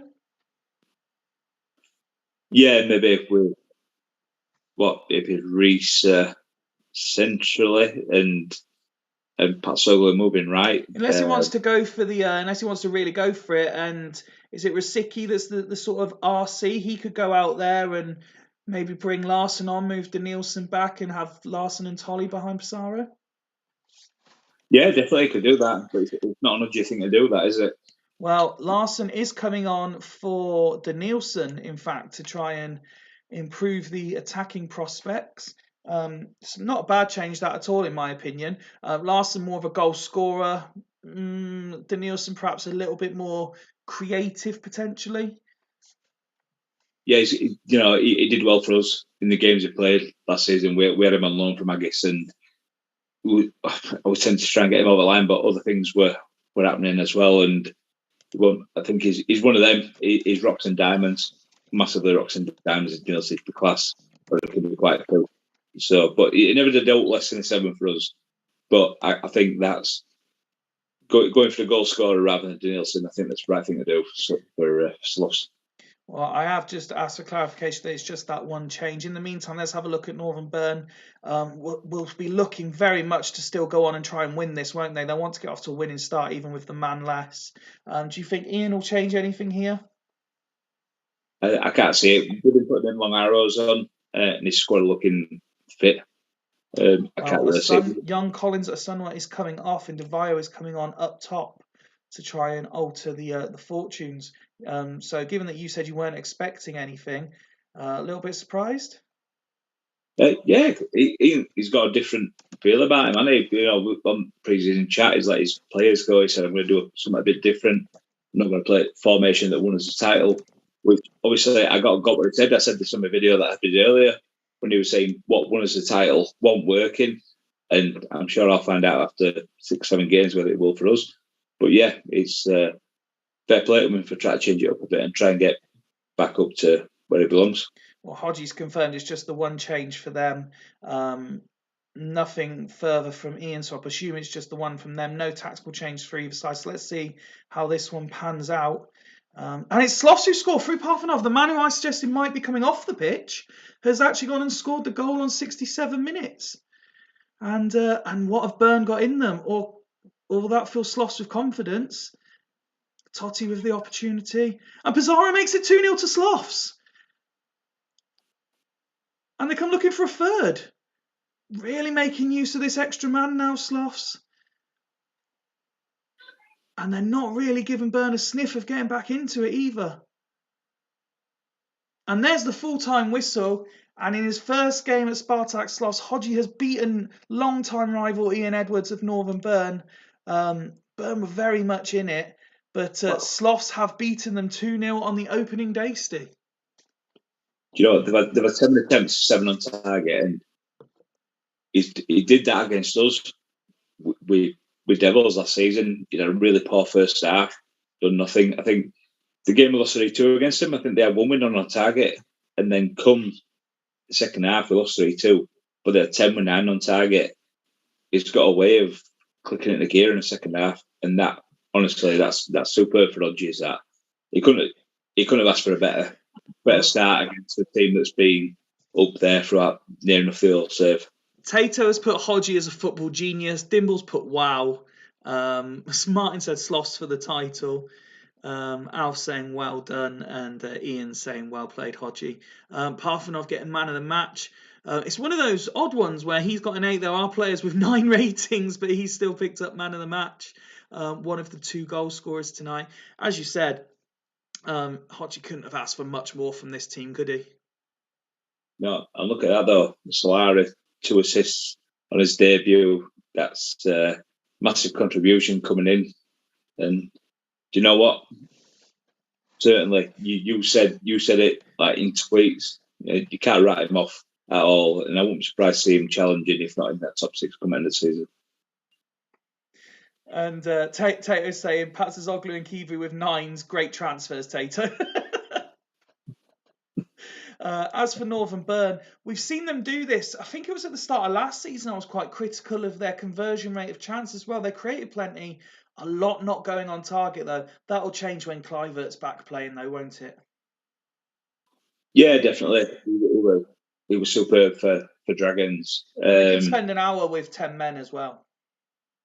Yeah, that's it. I mean, the backs were against walls. I mean, they've still got the players that should be able to still fight with 10 men. Vieira's done a solid job. But yeah, it's this tactic today is back to the drawing board for Ian. And I know he's Mr. Consistent with what he does. I took a leaf out of his book last season and half at season before.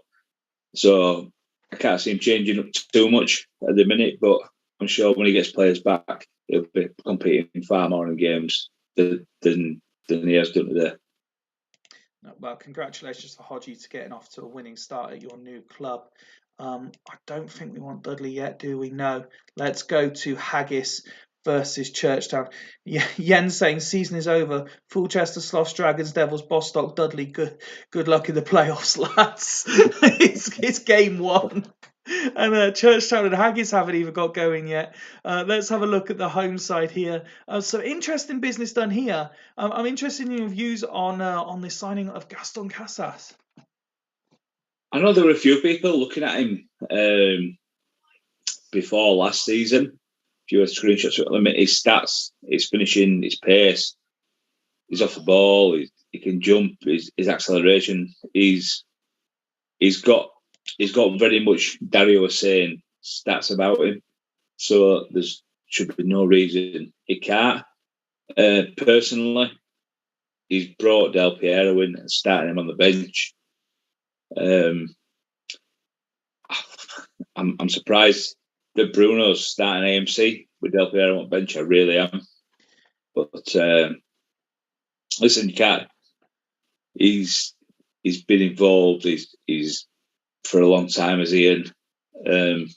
Just one baffling decision, but then again, he'll probably go and score. And I'm there pouring fire on Dimbley by talking about Bruno, and he'll probably go get 2 or 3. So I apologise, Dimbley does. Well, let's just have a quick look at some of these then. It was what spoken about at length last year, the transfer of Vieira. I think that's kind of prompted, and I think you made the point in the preview show. Seeing how that one panned out actually made a few managers think, oh, we could potentially do this, and therefore, and it won't necessarily weaken our teams. Ian was the only person to take charge of his own side during the recent friendlies as well, and this is where he trialled this tactic, and he was happy to stick with it. You mentioned Bruno, and I said about Casas. You got Viduka there as well, who we know had a very strong season last time out. He's kept with that back four, including goalkeeper, is the very strong diamond that he's had most of last season with. Duff and Giggs formed a good partnership on either wing. Mendieta continues to be a crucial member. So he's added some quality, but it's largely a team that he had a lot of faith with last time out. It's not like he's flooded it with new players. No, definitely not. I mean, he's not really been one for doing massive amount of transfers or whatever. He's brought a lot of attacking players in, which is pretty obvious for everybody. But I think bar Del Piero not playing in terms of starting in front of Bruno, it's a strong team. But bringing Joe Cole in, not playing him as well, I don't know. I love him to bits, but just seems a little bit. Yeah. Well, let's see if it works for him. Let's have a look then at Churchtown. Another side who've been very busy. Some very interesting transfer moves in and out from them throughout the close season. But Dimble certainly showed why he's got the reputation that a lot of people spoke about last season with their march towards the playoffs. And this is what he goes with. Hussein, who finished so strong. Brujink finished so strong as well. Rivaldo comes in and starts in a central midfield role. Zambrotta and Volodenkov starting centrally but running out wide. If those two get playing, there could be a large supply, couldn't there? Well, yeah, I mean, when we were talking last night and it were probably about 14 pints deep, this wasn't the team that you were playing. We had this conversation earlier. But you know what? I said to him, I can't blame him when he showed me what he was playing earlier today. Can't blame him for sticking what was so successful in him. You know, in running last season, getting in playoffs, and heartbreaking way to miss out on playoffs as well. It's the Zambrotta. I know I like Boldenko. Boldenko can do a job there. Zambrotta's the one for me. I'm really interested in seeing how he does there. And Rivaldo, you know, in all he was saying the testing, he did. He was more with the wingers, and he had an arrow on, and I don't know more really for Rivaldo to do a bit today, but sat in that left centre midfield, no arrow, no involvement. I can't really see it, in fairness. Okay, a score prediction then, please. 1 apiece. 1 apiece is the prediction from CoCom's Steve Wright. As we kick off, a little bit of action, but not too much in front of goal. But it's a debut goal for the big out-of-league signing, Casas, in 21 minutes. Gives the home side the lead. Alf predicting 1-1 in the chat. Haggis continuing to come forward, looking for a second. And there's a good opportunity. Ian Edwards saying it's going to be 2-2. Yellow card for Zambrotta. And it is 2-0. And Viduka, both the new strikers scoring on their debut. And that is what you want. Your two big summer signings getting off the mark and building that partnership early. And we reach half-time, Steve. And Mr. Campbell and Mr. Swan are going to be absolutely delighted, aren't they? Yeah, well, Swan will be all over this page, analysing, tackle, run, pass completed, blah, blah. It doesn't take a statistical genius to work out that if you've had the same amount of shots on goal as your opponent, but one of you have had 3 on target scoring 2 and the other one hasn't had any on target, where the issue is. Yeah, I mean, I think we've talked about as well yesterday. Dimble said he hasn't got a great record against Haggis, and I think one of the last times he played him, he had 7 attempts on goal, winning on target as well. So he's got a history of misfiring massively. But yeah, that's very clinical from Haggis. You know, he's got. I'm sorry, I'm not laughing at your comment. So I'm laughing because I mentioned it 3-4 minutes ago that Jens had made the comment the season is over and named his top 6 already, and I did sort of overlook the fact that Alfred put Jens Astor atop of the league. Well, he's just commented at halftime Haggis could go top tonight. It's game week 1. Let's all calm down. Yeah, I mean, let's be honest. I was off after game week. We're going to have to pump in Haggis 4-1 last season. So. But Bruno says he's got an assist. And the big inspiring thing, Yap Stam with an assist. I'd be interested to see where his big bald head's got up there. And he's saying roll with it. So let's have a look at Churchtown. I imagine Dimble might have a little bit of a tinker here and try and alter the flow. Although, like I said, the stats wise, they're creating the same amount of chances. So how can he change it? You wouldn't think he'd really be risking like replacing Hussein or Brujnik with how they finished last season. No, definitely not. I mean, I think he's worrying. Again, we were going back to last night because I was with him, but we're talking about he worries about Terry massively. So I wouldn't be surprised to maybe see Mendes Silva come on for him. But yeah, it's a tough one here. It really is for him, and I won't be surprised to see the formation he told me last night he were going to play come out next game. Well, he's keeping it as is as well for the time being. So we'll kick off the second half and see if the trusted 11 can get themselves back into this. Although Haggis go looking for a third, couple of opportunities, and I think that was Viduka there. And all that time just flew by with nothing happening. But we are able now to stop it for the tactical swap. Still looking quite comfortable, really, for Haggis, isn't it? Yeah, I mean, look at 86, your lowest condition as well. They seem to be cruising through the game a little bit. I'd be surprised if Ian does make any changes again here. Well, he is keeping it as is. As for Dimble, Haggis back 3 is a fucking rock solid, says Tato Mourinho. 20 minutes to go. Can you see Dimble changing it now to try and sort this out a little bit? Not really. Obviously, it's 70 minutes. Throw Kakan, Santa Cruz on, maybe? Yeah, I think you just might try and stay it out. Do you know what I mean? And then see where it See ends out a up from. defeat. Why would anyone want to see out a defeat? No, see where players finish on from being 2-0 down, and then make his changes come next week. I know he thinks about the game.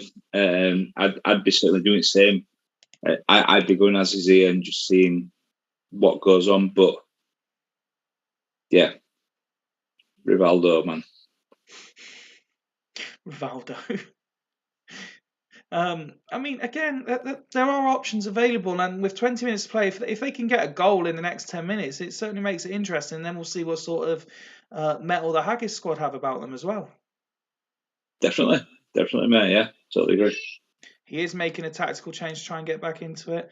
Volo to ML, Zambrotta to ML with arrows like that, I'm presuming. Santa Cruz, arrow off to Marzi like that. And then Santa Cruz for Brujink. He's done good bits. He's done good bits for us for Churchtown and AMC. He's never really played up top, but he's still done well when he's played. And just as those were coming through, Tato's basically described in the chat that that's exactly what he would be doing. Here come Haggis again, looking for a third. Churchtown come forward as well, just looking for that consolation, or perhaps the springboard to getting a point.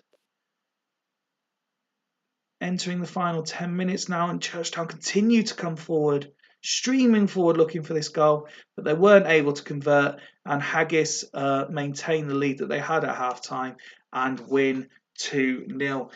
Churchtown for them, though, it's all about the inaccurate finishing tonight, isn't it? Yeah, I mean, you look at the second half, they've had 3-2 on target there, so they've been a bit more clinical with what they're trying to do. Damage obviously done. Credit to Ian for bringing players in, not playing them, and sticking with players that he's obviously got a little bit of a soft spot for as well. But yeah, interesting game. Dimble always alludes to he's not got the greatest of records against Haggis, which I am. It always it's weird. You play against Haggis, you feel like they're very dangerous. We both said the same, but might not feel the same for other people. But I get where he's coming from with it. But yeah, Walter Samuel's just been an absolute rock there, and look at his headers. Brilliant. Well, yeah, I was gonna say, like, as much as the two new forwards are gonna get all the plaudits for scoring the goals, I mentioned that sort of back four triangle from Casillas up to Jeremy's, and all of them rating 8 or higher, solid performances all round. And I'm just looking in the chat here, Duggan actually saying that's the most solid Haggis have looked ever. Well done, Swanee. But no, that'll be a real confidence boost for Ian that he's on to something now. Side performed relatively well in the friendly, and that's why he kept this tactic, and it's worked against what was a very good Churchtown team. Yeah, definitely. Obviously, whether he's gone in with the thought process of Churchtown are going to go narrow, but he said he was trying some out in the friendly on Thursday night as well. He did. It seemed like he wanted to go with wingers, and it justified what he's done. And yeah, massively take me hat off, and massive credit to him for doing as they've done. You mentioned a few minutes ago that Dimble's a big thinker of the game, but he's also quite a calm person. He's not going to panic losing game week 1. You look at the start they made last year, and he kind of ruled himself out after 10 games and ended up making the playoffs. So he'll be disappointed, especially having been in it. Just it was ineffective finishing, but that's not something that he's not come across before. No, definitely done as well as he's done for anybody there in his first game for Churchtown. I think if you click on Churchtown stats, a minute again, I think we're looking at Viali's been. I think he's got a really harsh 6 there. In fairness, he's won 3 key tackles and he's won 2 out of 3 headers. And yeah, I mean, I don't know what Zambrotta's been doing. He's been jumping up for headers as well, but. Yeah, that performance isn't as bad as them ratings suggest, and be interested to see where they go from here, what formation they go with, etc. I do believe, yes. That brings us to the final game and main event of the evening. The beginning of your title defence, Steve. You've seen what all your close challenges have got up to game 1. So you know where they are. Kaladze suspended. That's big for you, isn't it? And Mazzantini obviously an injury doubt as well. Again, you were on the preview show, but you talk us through your signing of Andy Johnson, someone you were very excited about when you woke up on Friday night. Oh yeah, I mean, I forgot all about talking about him until Dimble said, "Oh, I remember you said about Andy Johnson." But I tell you what, if you look at his stats there, in fairness, if that's not Andy Johnson's name above there, if that's I said to Greaves, his stats are not too dissimilar to Damiano Zanone's. Stats wise, he's worthy of a place in maybe even if it's in reserves. Yeah, it's a bit of a soft spot. I played a Wales safe just for Swan. I won't World Cup with him, but I played him in centre midfield, but with an arrow, and he got a lot of assists and stuff. But yeah, I probably played him for laugh really tonight because Kaladze's out. If Kaladze were in, it'd be Kaladze where Good Johnson is a Good Johnson in centre midfield. But yeah, it's probably as expected, and Ferdinand is captain. Well, as we did allude to in the preview show, and it is still available via our YouTube channel for anyone that hasn't watched it.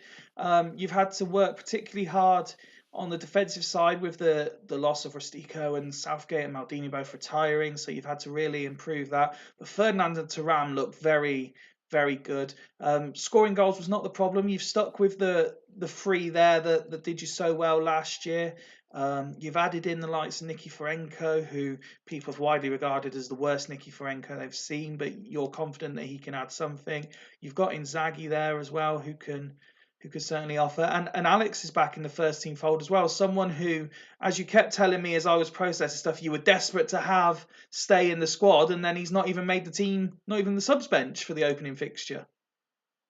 No, well, I said it was in the 24. I mean, that front three there, so you've got 18, 26. There's 33 goals between that front three. Where I think Tony got 4 assists, Mackay got 4 assists.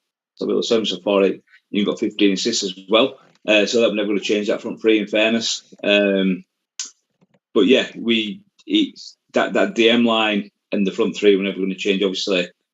I mean, I've seen Douglas comment there about Ferdinand. He's been terrible. He has. But you get lured into having to bring centre halves in. He's did all right for Boston there. Well, I was going to say, with the exception of the spell, essentially, with the exception of the spell with Duggan, he's actually not been that bad. So maybe that's more the manager he was working with at the time than him as a player. And again, that's more the thought process of giving him captain's armband as well. Just try and see how he takes on with it. But yeah, listen, I'm really happy with business I've done, considering. And yeah, I mean, let's be honest. Andy Johnson's probably it's an anomaly, isn't it? But like I said, I've got a terrible record against Gazelles. Despite winning the title last year, I know you've said about the terrible record, but you picked up 1 out of 6 points against Martin last year. Or was this not actually one of Duggan's last games? That was Duggan. They had 3 on target. And yeah, they beat us. So. And Brad Mackay, as I've just noticed, in charge of this one. So we've had referee drama already, and he's not even got himself involved yet. Let's see what Martin has done. A couple of big name signings. Anelka's the interesting one with his goal scoring exploits. 20 goals combined in the last 2 seasons. Forlan was already there. He's added Falcao for more South American flair up front as well. But neither actually make the side today. There's a couple of interesting inclusions, and I mentioned this earlier. Some squads I was interested with how they'd compiled their 24. Gazelles is certainly one of them. I'm not going to express too much because it's not my place to really be hypercritical, but I do find the full 24 here a very interesting concoction of players. But let's look at the tactics. Sticking with the 2 at the back that people have, has become the Super League thing, something that he didn't necessarily want to do, but it's a case of can't beat them, join them, I think. No, Martin, it's what Martin has done. You can't blame Dan already. He's not been too involved in Gazelles yet, where you can start shifting the blame. I mean, we say all the time it's not played on paper. It does look strong strong enough when you look at it. They've got some real good players. Dede and Anelka, the top ones. Udesi as well is a player I like a lot. Barthez has been one of the best goalkeepers over the course of this save. I mean, if you look at what he put out with his graphic of where players were playing, if that graphic were not mind games, it were a 4 across the M, 3 in AMC, with no centre midfielders. I'd personally never post anything that sort of misleaded people to how we were going to play, but if Martin's coming back with mind games and wants to go that way down the line, dragging Dan down as well, the new addition to being involved, dragging him down to mind games levels.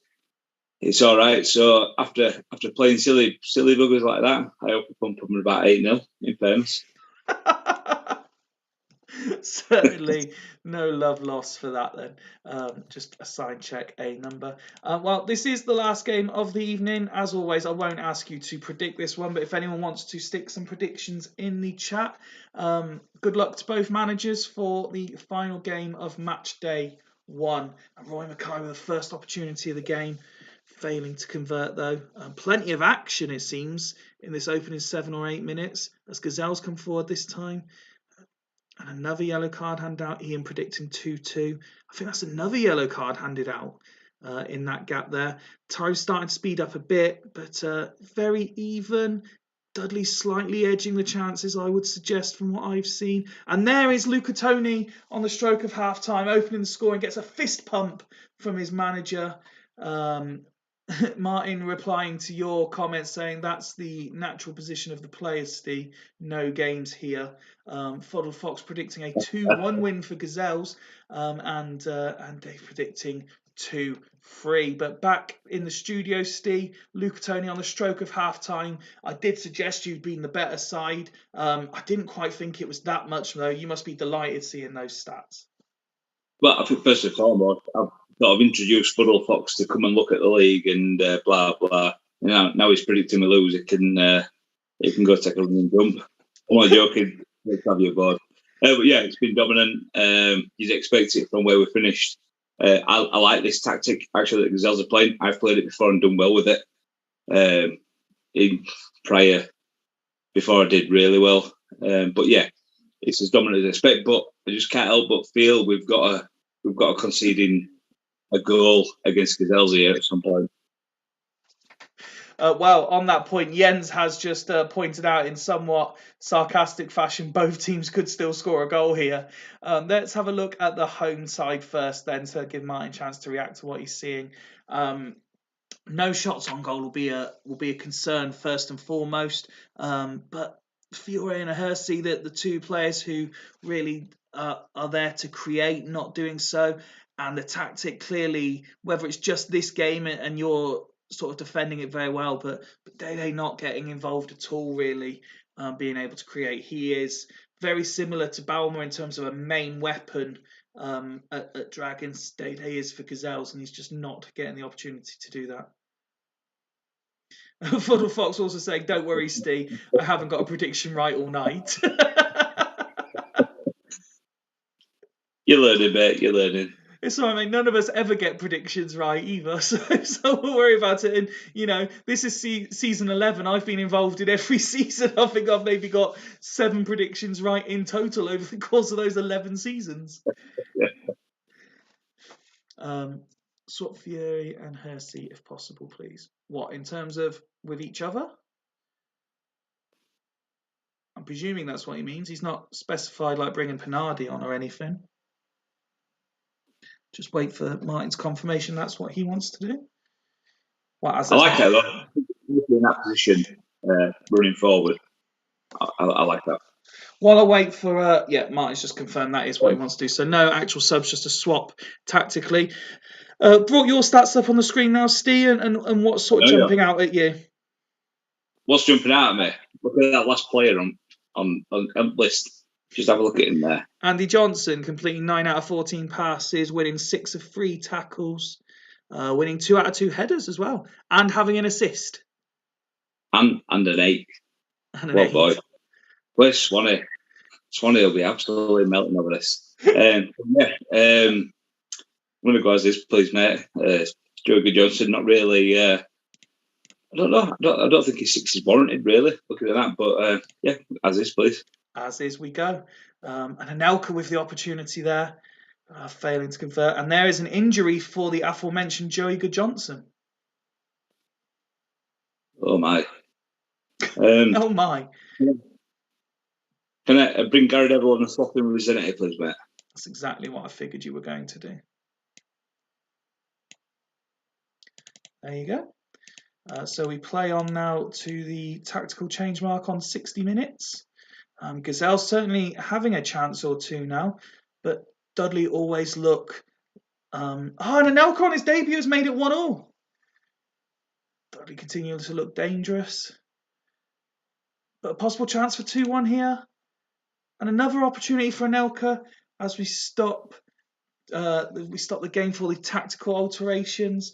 No, Gaetan to DMC. You've not even put him in your 24, Martin, so that's not going to happen. But what you can do now, what I would say, while we wait for any changes from Martin, Clarence Seedorf with a 9 is unheard of in the Super League.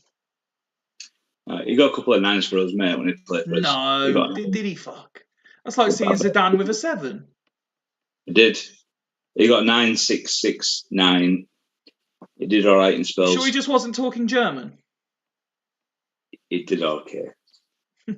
He did okay. Let's just quantify what doing okay was. Here he is. So he got 18 starts, 2 sub appearances, 2 goals, 2 assists, 1 man of the match, and a 6.6 rating. But that's doing okay. I think he got 3 9s. If I remember right, I'd have to go back on what I recorded. I only got 3 9s. 3 9s for us. So he has got it in him. One change. Fiore coming off, Pinardi on. Refereeing standards in this league is a disgrace, by the way, says Jens, and adding an arrow.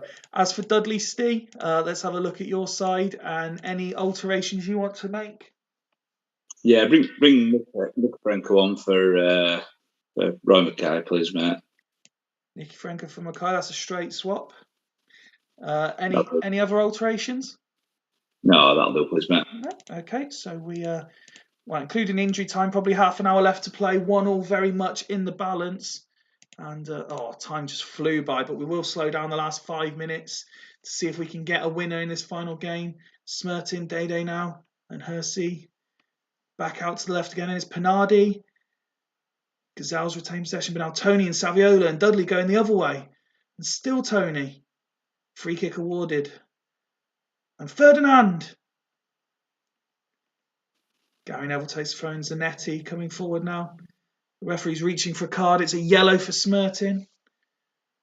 And there's the final whistle. And the title defence of Dudley Hill begins with a 1-1 draw against Gazelles, who were certainly a lot more spirited in that second half.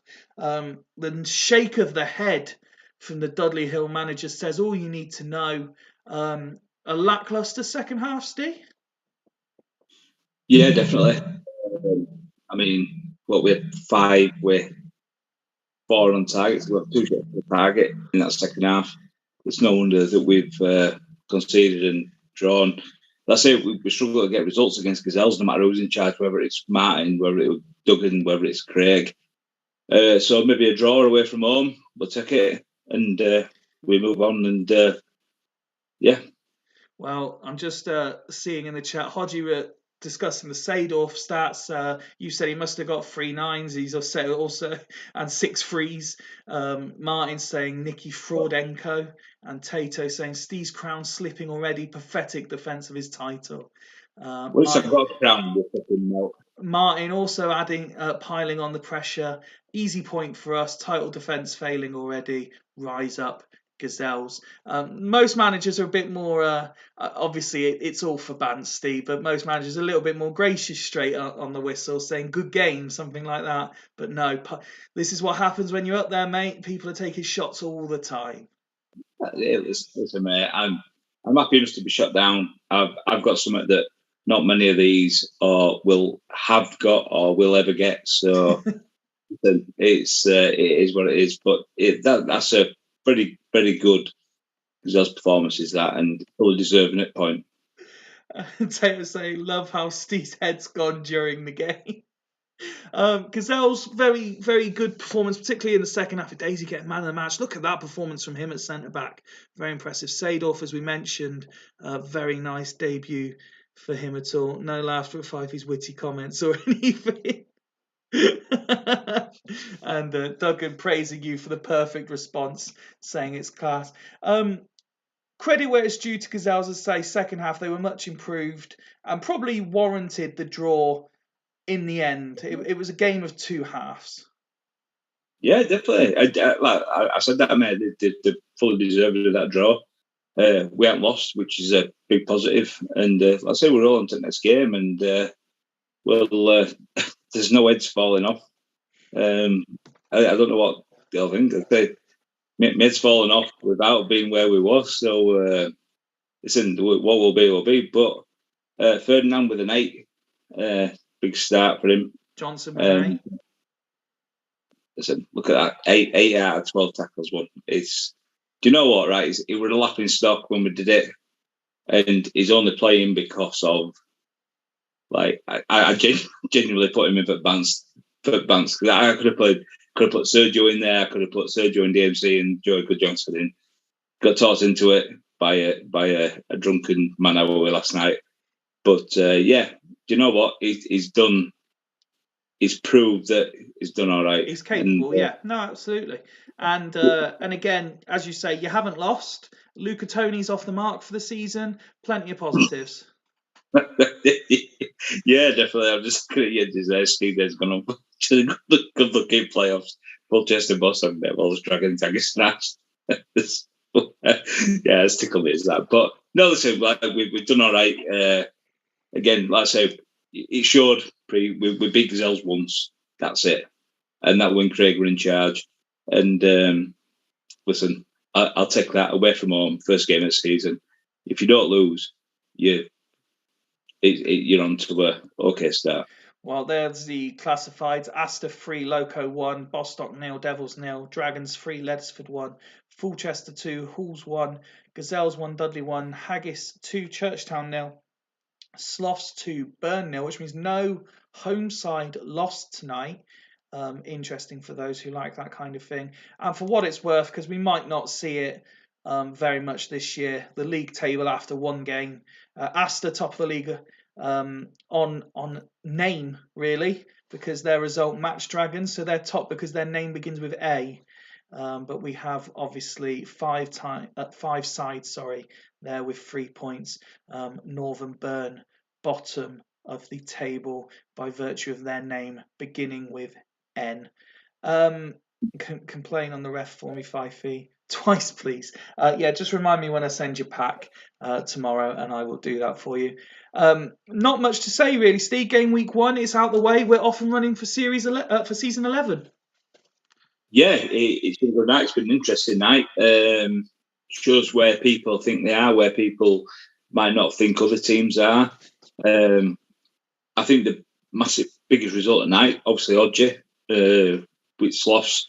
You know, he's put his marker on. He's brought about 40 players in into a 24-man squad, and yeah, I think it's going to prove yet again to be another tight, contested league, and let's see where we are after another 4 or 5 games.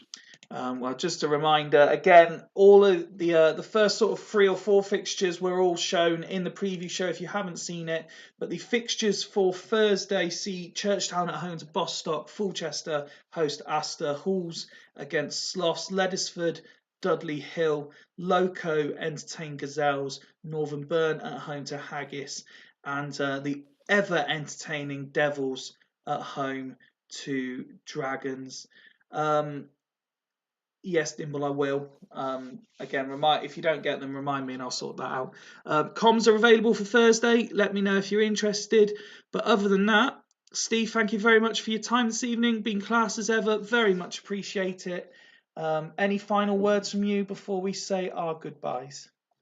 The only other thing is, the biggest one is now Devils Dragons on Thursday night. I'm absolutely. It don't matter who's on comms. I hope that's like last game at night, because that could be. It could be nothing like all the games we expect out. It could be absolutely everything we expected it. So who knows? Well, to echo the words of Mr. Potato Mourinho, I am delighted that we are back. From me, from Steve, from Super League HQ till Thursday. Good night. Now, lads.